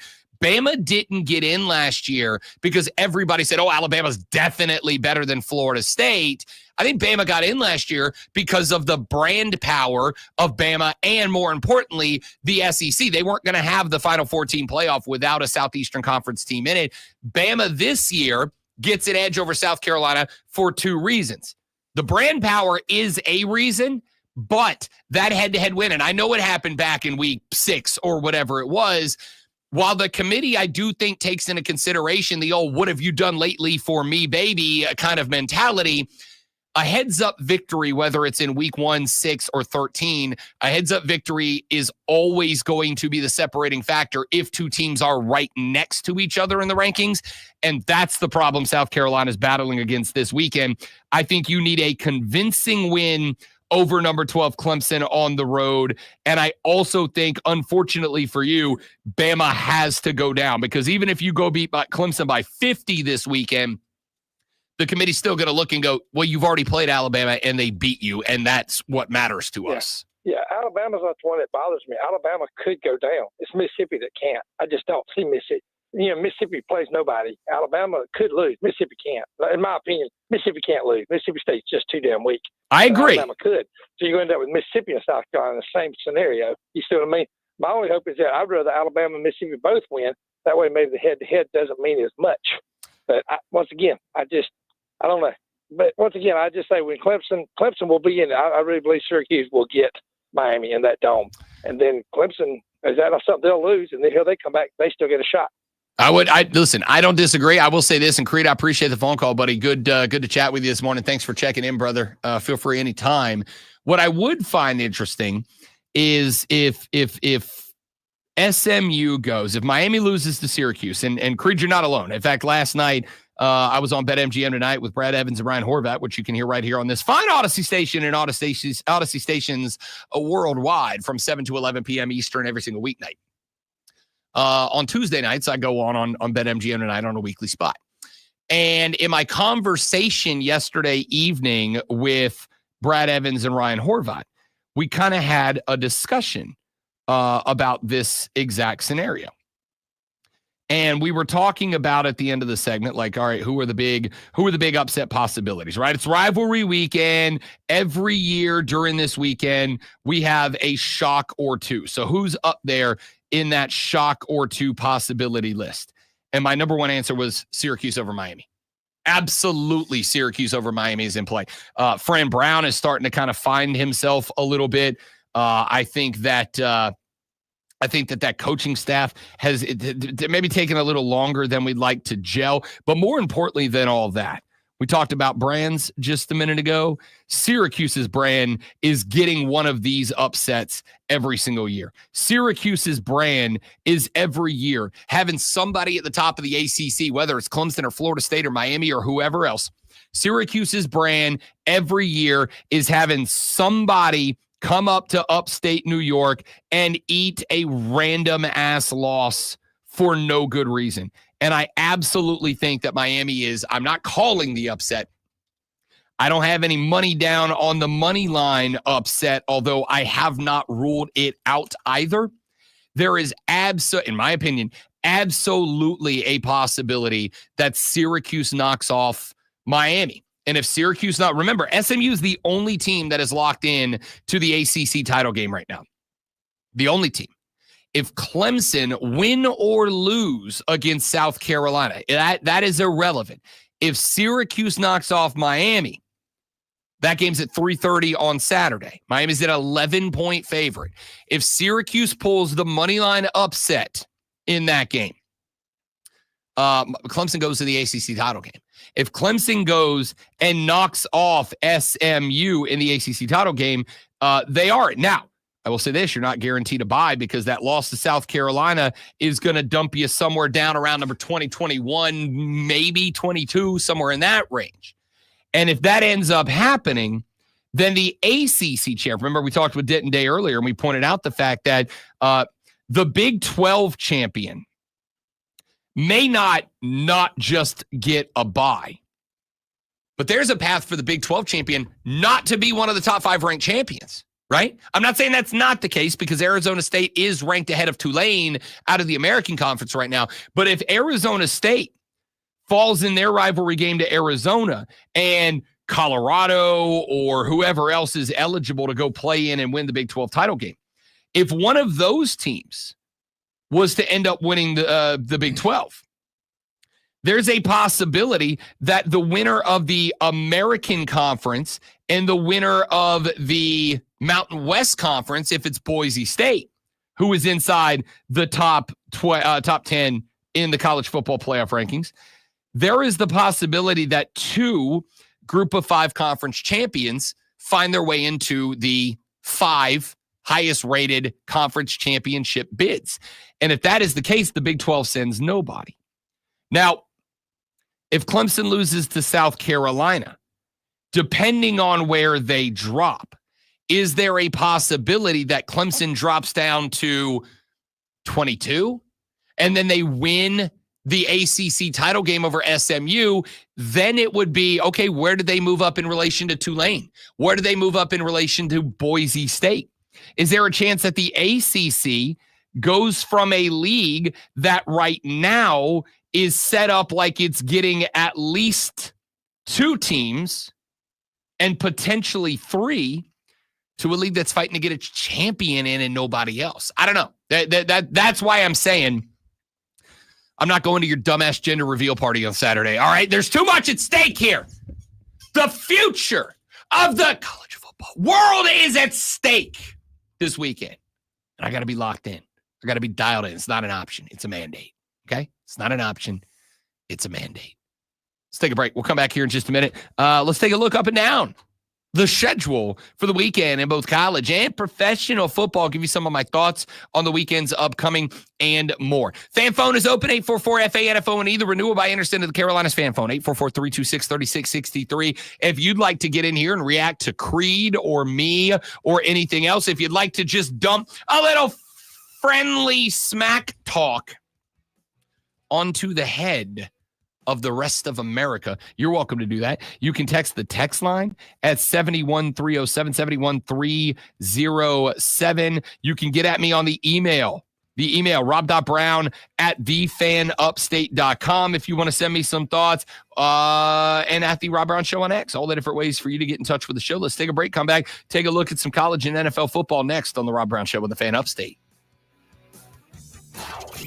Real sports talk, real sports fans. The Fan Upstate Is the sports voice of you, the Upstate fan. Call 844-FAN-PHONE. That's 844-326-3663. The Fan Upstate. The Fan Upstate. Here's how to get in the game. On your radio at 97.7 FM, 1330 AM, Greenville. 97.1 FM, 950 AM, Spartanburg. Listen on your phone, download the Odyssey app, and search The Fan Upstate. There's a whole lot more to know about sound if you really want to go into the subject. Your smart speaker. Just say, play 97 The Fan Upstate. On your HD radio at WFBC HD3. Oh, there's just one more thing. And on your computer at TheFanUpstate.com. Thank you, John. No one. For the News Talk 98.9 WORD Weather Center, here's the Carolinas' most trusted forecast and the Fan Upstate. Partial sunshine at times for today in the lower 60s. Rain develops late tonight into Thanksgiving. Some thunderstorms also possible. High of 67 Thanksgiving. But then sunny and cooler for Friday into the weekend. I'm meteorologist Michael Carroll on the Fan Upstate. Right now it's 51. Back in. And now, the Daily Sports Spin, powered by Ingles. Low prices, love the savings. Preseason, the Baltimore Ravens were my pick to win the 2024-2025 Super Bowl. The Ravens, after defeating the Chargers, are now 8-4 on the season. I like where the Ravens are. And if the Ravens go on to win the Super Bowl, I think it's time for us as sports fans, as general managers, as front offices across the NFL to start reassessing the running back position. I know we talk a lot about quarterbacks, and deservingly so. However, if the Ravens do get to the Super Bowl or win the Super Bowl, it'll be in large part due to what Derrick Henry added to this offense, and I think that adds extreme value to future running backs. What do you think? This is Cole from Wire to Wire. Wire to Wire with Diesel and Cole Bryson. This afternoon, 3 to 7 on the Fan Upstate. 97.7 FM Greenville, 97.1 FM Spartanburg, and on the Odyssey app. Ingles Markets is a proud sponsor of the Wire to Wire Sports Spin. From the playing field to the stands to your own living room, Ingles Markets has everything you need to fuel your athlete or satisfy all the hungry fans in your life. Ingles, low prices, love the savings. Oh, could this vintage store be any cuter? Right? And the best part? Except Discover. Except Discover? In a little place like this? I don't think so, Jennifer. Oh, yeah, huh? Discover's accepted where I like to shop. Come on, baby, get with the times. Right. So we shouldn't get the parachute pants? These are making a comeback. I think. Discover is accepted at 99% of places that take credit cards nationwide. Based on the February 2024 Nielsen report. Home ownership. At Progressive, we know it's part of the American dream. It's the land of the free and the home of student drivers ready to back into your new fence at any given time. It's firing up a round of burgers and dogs on your rusty grill with a faulty gas line that engulfs your tool shed in flames. It's also around-the-clock protection when you bundle your home and auto with Progressive, which can help keep the American dream of home ownership alive and kicking. Get a quote at Progressive.com. Progressive Casualty Insurance Company affiliates and other insurers not available in all states. Tune in this week to Kickoff with Boomer and Valenti, where they break down all the headlines in the NFL, presented by T-Mobile. Head to T-Mobile.com and get a great deal on the iPhone 16 Pro. No need to check the clock. It's Rob Brown time. Now, weekday mornings from 6 to 10 on the Fan Upstate.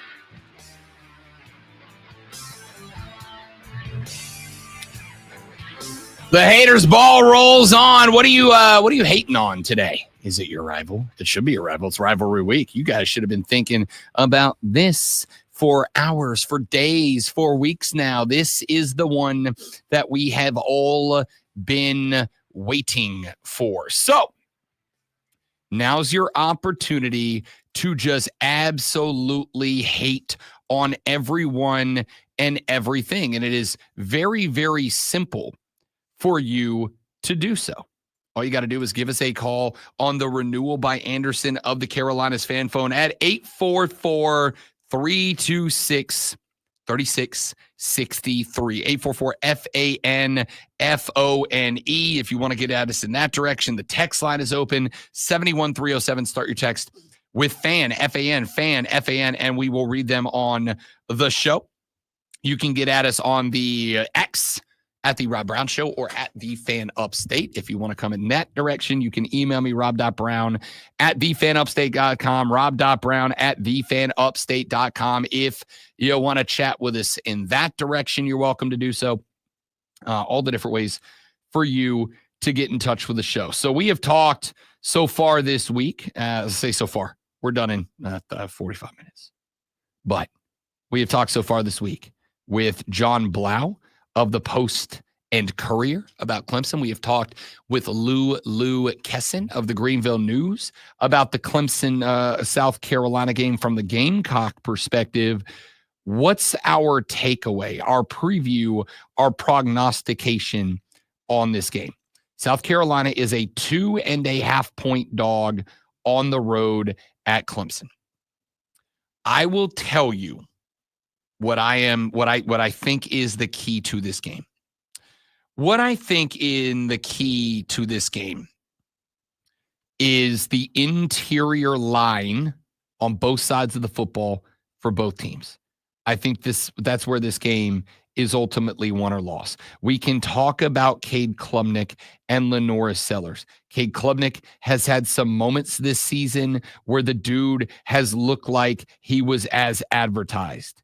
He's also had some moments this year where he has looked like he's not quite sure how to handle the offensive line he's playing behind.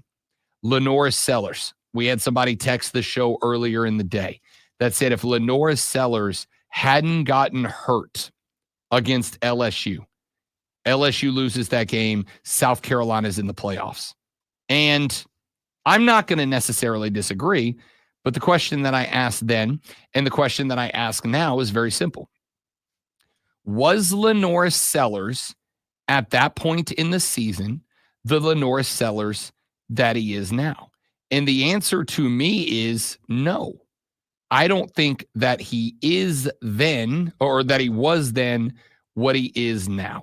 I think the development that this young man has shown. Remember, if you go back a handful of weeks, one of my hot takes was that I did not believe that Lenoris Sellers was being developed rapidly enough. He has, but I don't think it is Lenoris Sellers that wins or loses this game for South Carolina. Lenoris Sellers' ability to be Lenoris Sellers, in my ever so humble yet frequently correct opinion. Lenoris Sellers' ability to be Lenoris Sellers is going to be dictated by whether or not South Carolina, across the offensive line, is able to hold their own against the front seven of Clemson. That's the ball game. If they give Lenoris Sellers time to be Lenoris Sellers, and before anybody starts screaming about how, well, if they get in the backfield, Rob Lenoris can just tuck and run. I don't disagree, provided you're winning the edge, provided that you are creating a world in which your defensive ends are allowed to pin the ears back and just get up the field on the outside and set the edge of the pocket. How does that happen? Well, that happens with penetration across the middle. That happens with your defensive tackles demanding a world in which your offensive tackles for Clemson have to stay connected, right? Because if they're getting beat by the defensive tackles and this is for both sides of the football, both sides of the football field, both teams. If your defensive tackles are wrecking the interior of the offensive lines of the other team in this competition, no matter which side you're talking about, if you are getting wrecked in that spot, do you know what ends up happening? What ends up happening in that spot is twofold. Either A, those defensive ends are having to stay tucked up. They can't get up the field and set the edge. They're having to set the edge at the space they're lined up. Because what you can't have is a spot where your guards are getting pushed off the football and natural holes are opening because your defensive ends are trying to get up the field. Now, all of a sudden, there is a gap consistently or on one or both sides of the football field. And between Phil Maffa and Raheem Sanders, you've got two running backs that are very good at being explosive, at hitting the hole, and at redirecting once they do. This game is won and lost in the interior of the line of scrimmage. To the point that I think the results of quarterback play, because I've heard some people putting the window dressing of this game on it's Shane Beamer's QB recruit versus Dabo Sweeney's QB recruit. And obviously it's football. Your quarterback play matters. But your quarterback, whether you're talking about Sellers or Klubnik, your quarterback is not going to have a chance to get deep in their bag, as the kids say, of what they are capable of doing if the interior offensive line is getting blown up. The big boys win or lose this game. For Clemson, you know what your wide receivers are. You know what they are capable of when Klubnik's got time to sit back there and let the route tree develop, which I think is kind of what Clemson's pass game has been this year. It is about development. Can I get Bryant Westco working across the field? I don't want to create a world in which he's only open if he's able to beat a defensive back. And I'm not saying he can't do it, but I don't want that to consistently be the requirement. I want to be able to give him time to develop the route, get across the field. Antonio Williams, a guy that I trust a little bit more on the 9 route to get down the field, go get it. Let's get it down there. But again, what's the strength in that situation require? Cade Klubnik to have that 2.5, 3 full seconds to stand in the pocket, to see the development of the route, to see the defensive back get put in the back pocket, and then to drop a dime in the bucket over the shoulder. South Carolina, you win this game by preventing Cade Klubnik from having that opportunity. Clemson, you win this game by giving it to him. On the flip side, it's not just that Lenoris Sellers can get out on the edge. He absolutely and obviously can. It is not that Clemson wins this game by setting the edge and keeping Lenoris Sellers in the pocket. You do. But it's also about making sure that a young man who has made some mistakes, when the heat is on and he can't get out of the pocket. I go back to the interception he threw in the Missouri game. A 5-touchdown performance or 4-touchdown performance, whatever it was. But also that interception was nearly a backbreaker.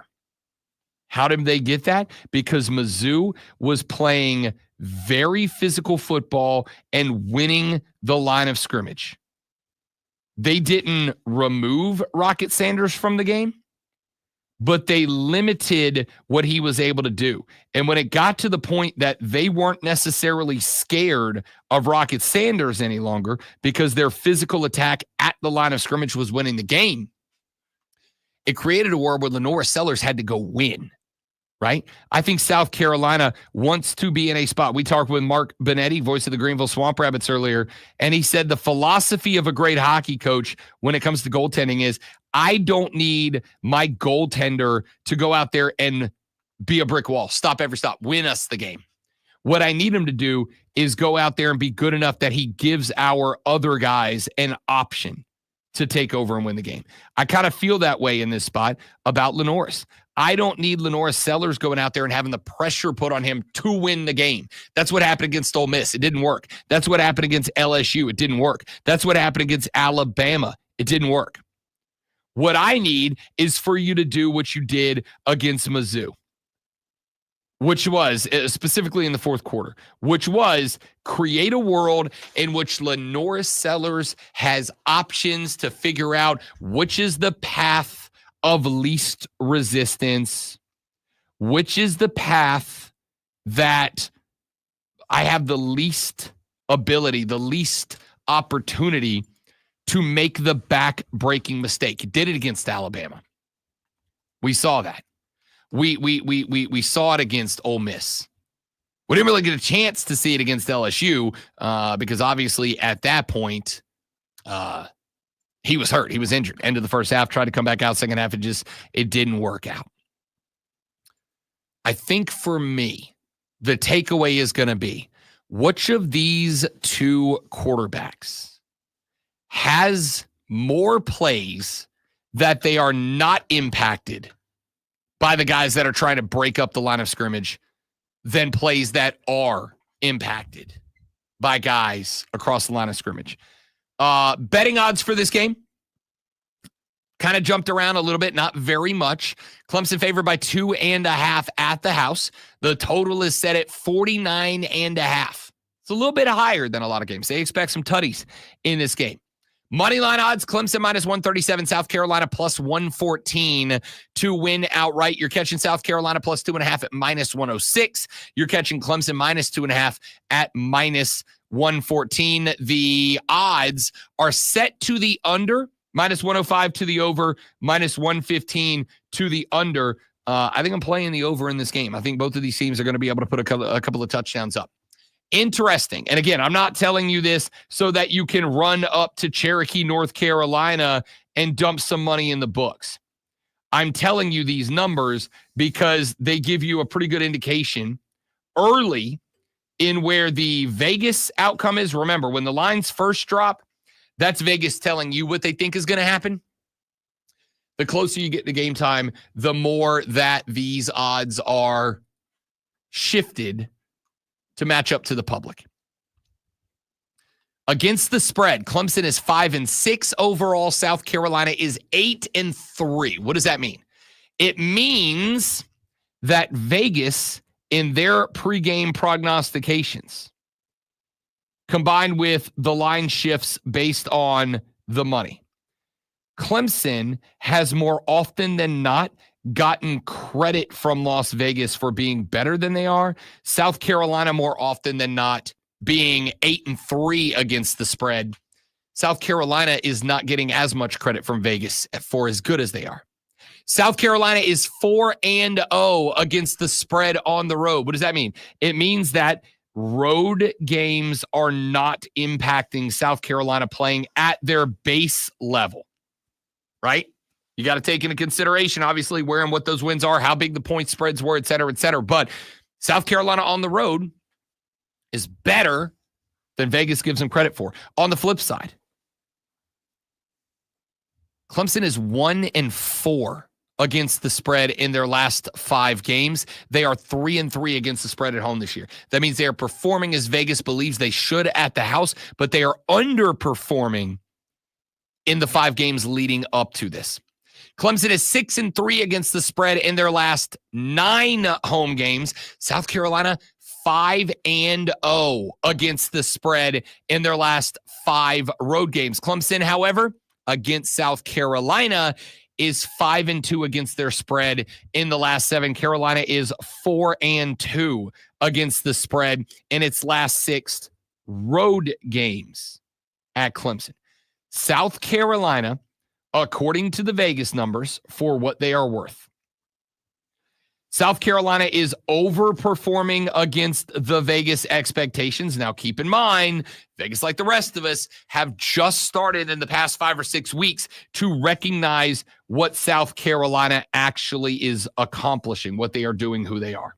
But Vegas adjusts to that reality faster than any of us do, because they got millions of billions of dollars on the line for it. South Carolina is consistently overperforming. Clemson is either performing at the mark or under it over and all. The majority of bettors, although a slight majority, the majority of the money and the bets are coming in on Clemson. 52% of bets to win the game and cover the spread or on Clemson. 48% of the wagers are coming in on South Carolina to either win or lose by less than a field goal. The projected score in this game is somewhere in the neighborhood of 24-26, 24-27 in favor of Clemson. I am going with Carolina. I'm going with Carolina, and it is for one reason. Because the front 7 of Carolina, I think, harass Cade Klubnik, and Cade Klubnik, who can run, but really doesn't show it until the end of games. That has been something, and this is not me, that has been something that Dabo Swinney has complained about, that Cade Klubnik is hesitant to put his head down, to put the ball away, and to take off running. He said that to me in the preseason, back at ACC Media Days when we had Dabo on. He was like, look, we got to convince this kid to run the football. He can run. We got to talk him into it. He did it against Pitt. Tucked that thing away, went 50 for a tutty to win the game. The problem is a lot of those runs are off the edge. Where is South Carolina's defense the best? It's off the edge. It's Stewart and Kennard. It's off the edge. They set the edge, which means that the guys on the inside of the South Carolina defense, the guys on the inside of the defense are a little bit more able to keep an eye on Cade Klubnik. If he wants to run up the middle of the gut, I feel a lot better. I feel like there is a better opportunity for Lenore Sellers, who is a better natural runner, to extend plays than Cade Klubnik. And in a game where I absolutely and entirely believe it is a field goal game, I absolutely and entirely believe this game may be one of those he who hath the ball last wins kind of games. And if it's going to be that dirty and messy, and I do think that it will, if it's going to be that dirty and messy, I am going to take the team that has a better outside the pocket, extending plays, using his legs as both a weapon and a last case escape, and the team that has the better defensive line. And right now, that's South Carolina. I'm going to go South Carolina to cover the 2.5. I have not talked myself in the outside or in the outright win yet. But as far as we are talking about here on the radio picking this game, I'm going to pick South Carolina on the road. I think they have been playing better and tougher teams. I think they are more solidified as a squad right now than Clemson is. I think that Lenore Sellers has the opportunity to outperform Cade Klubnik on the ground. And I think since the defensive lines and the big nasties are my key to this game, I'm going to pick the Gamecocks to end up winning this thing. Let's take a break. We'll come back, do the final segment, look at some of the NFL games of the weekend when we come back on the Rob Brown Show in the Fan Upstate. Get your daily dose of sports opinions with us. This is the Rob Brown Show on the Fan Upstate. Oh, baby! Texas Sanders, here's the Sports Flash presented by Progressive. Bryce Young will be the starting quarterback.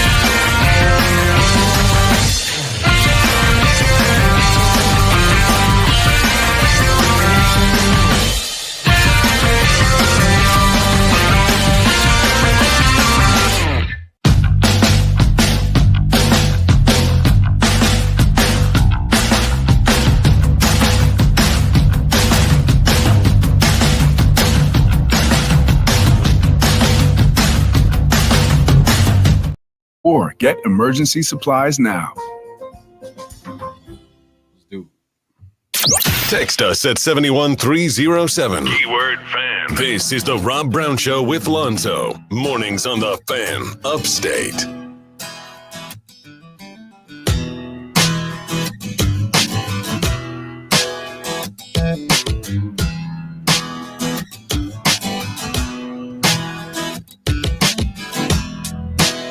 The Rob Brown Show wrapping up for the day, wrapping up for the week. I want to tell all of you before we get up out of here for the day. I hope you have a fantastic Thanksgiving.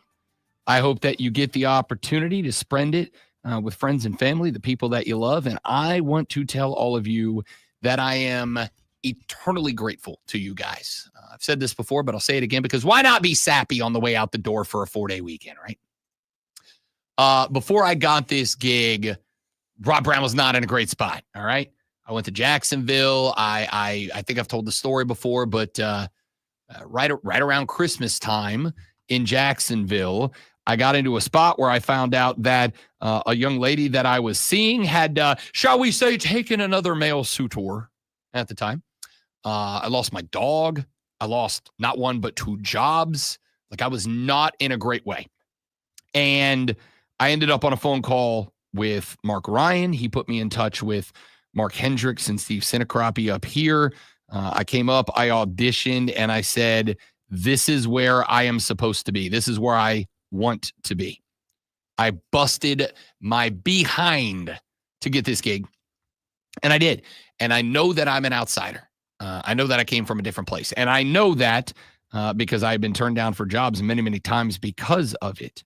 I know that, you want somebody on the radio who is from the area, who knows the community. And I acknowledged even during my audition, I had never even been here before. I'd never been close to here. I've been to Asheville a couple of times, and that was about as close as I had gotten. And so I I came up here, I got the gig, and I said, I know I'm an outsider. I know I'm going to learn about your community, but I want you to know I'm diving into that, okay? I want to be an upstater. I want to be from this area. I want to call this place home. And I dove in. And just because someone does that does not mean that they get automatically accepted into the community.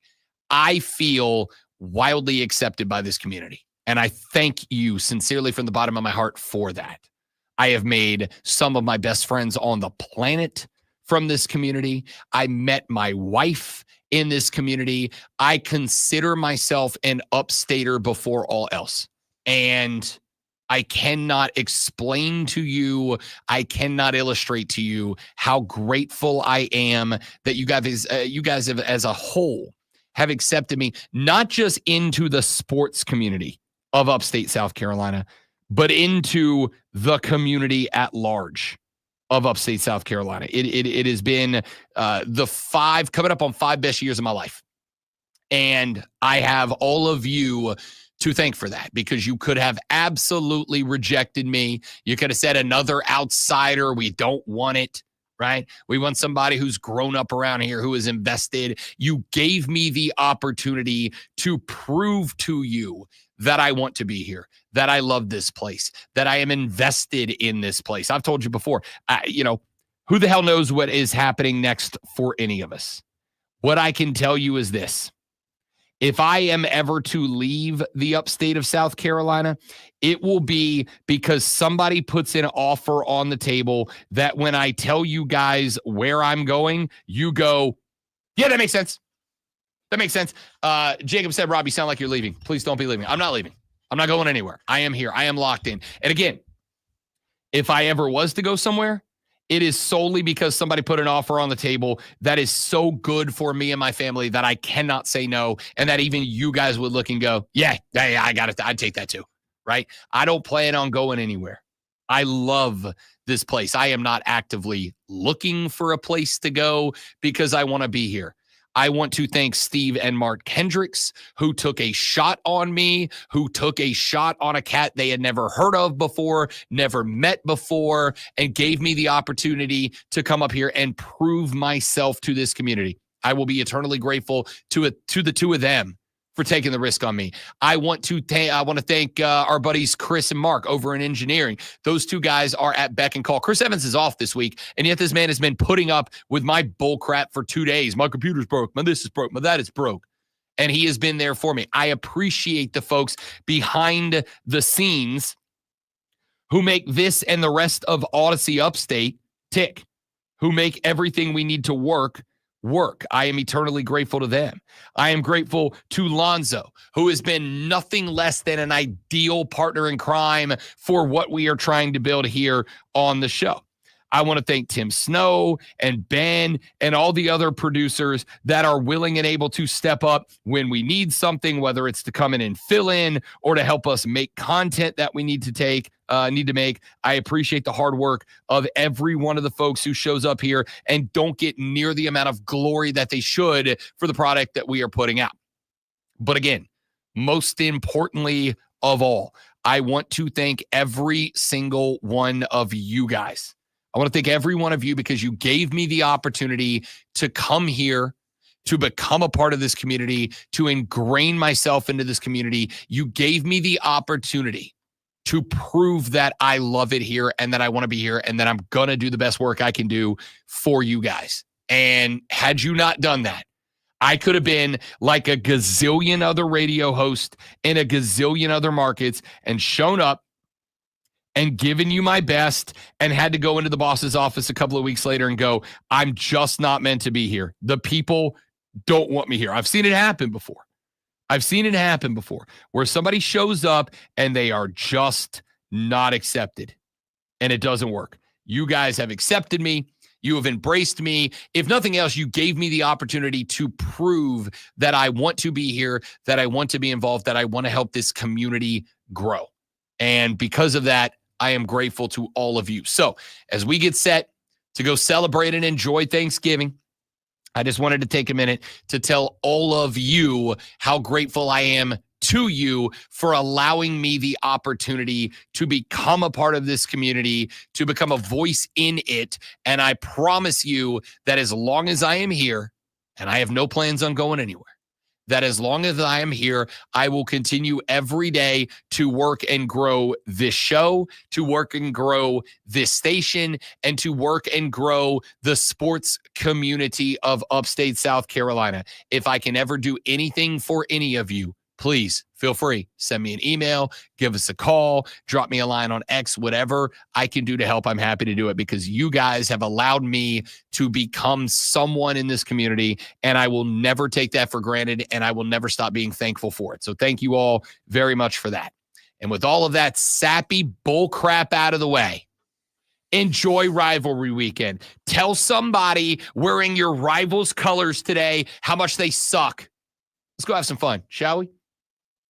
Lonzo and I will be back on Monday to run you through the results of Rivalry Weekend, to run you through the NFL weekend as we inch ever closer to the playoffs in both college and professional football. And we will again begin to start to turn our attention over towards the National Basketball Association as things are beginning to get very interesting on that front as well. I want to thank my guy Ben for filling in this week for the great one, Lonzo, pushing all the buttons and keeping us on the straight and narrow. I want to thank all of you for listening these last 3 days, and we will see you all back here on Monday. Have a tremendous Thanksgiving. Enjoy your weekend. Do not drink and drive. I'll punch you in the face, and we'll see you back here Monday to do it all over again, but better on the Rob Brown Show and the Fan Upstate. See you Monday. Later. Oh, yeah. 97.7 FM Greenville, 97.1 FM Spartanburg. And on the Odyssey app. Upstate.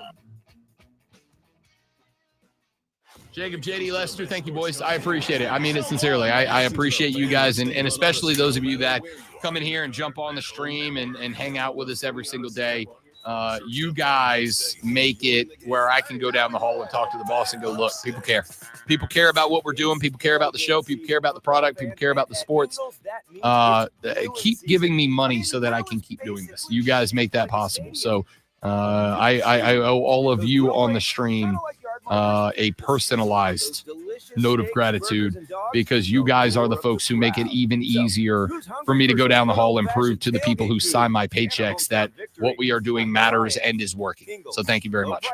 And with that being said, I got enrollment is here. Don't be frustrated. I got a 9-hour roadie ahead of me today, so I'm gonna go take a nap and then do that. Thank you all for being here. I appreciate you sincerely. I wish you and yours a very happy, healthy Thanksgiving, and we'll see you back here Monday. Have a great weekend, people. Hasta luego, muchachos. That fits you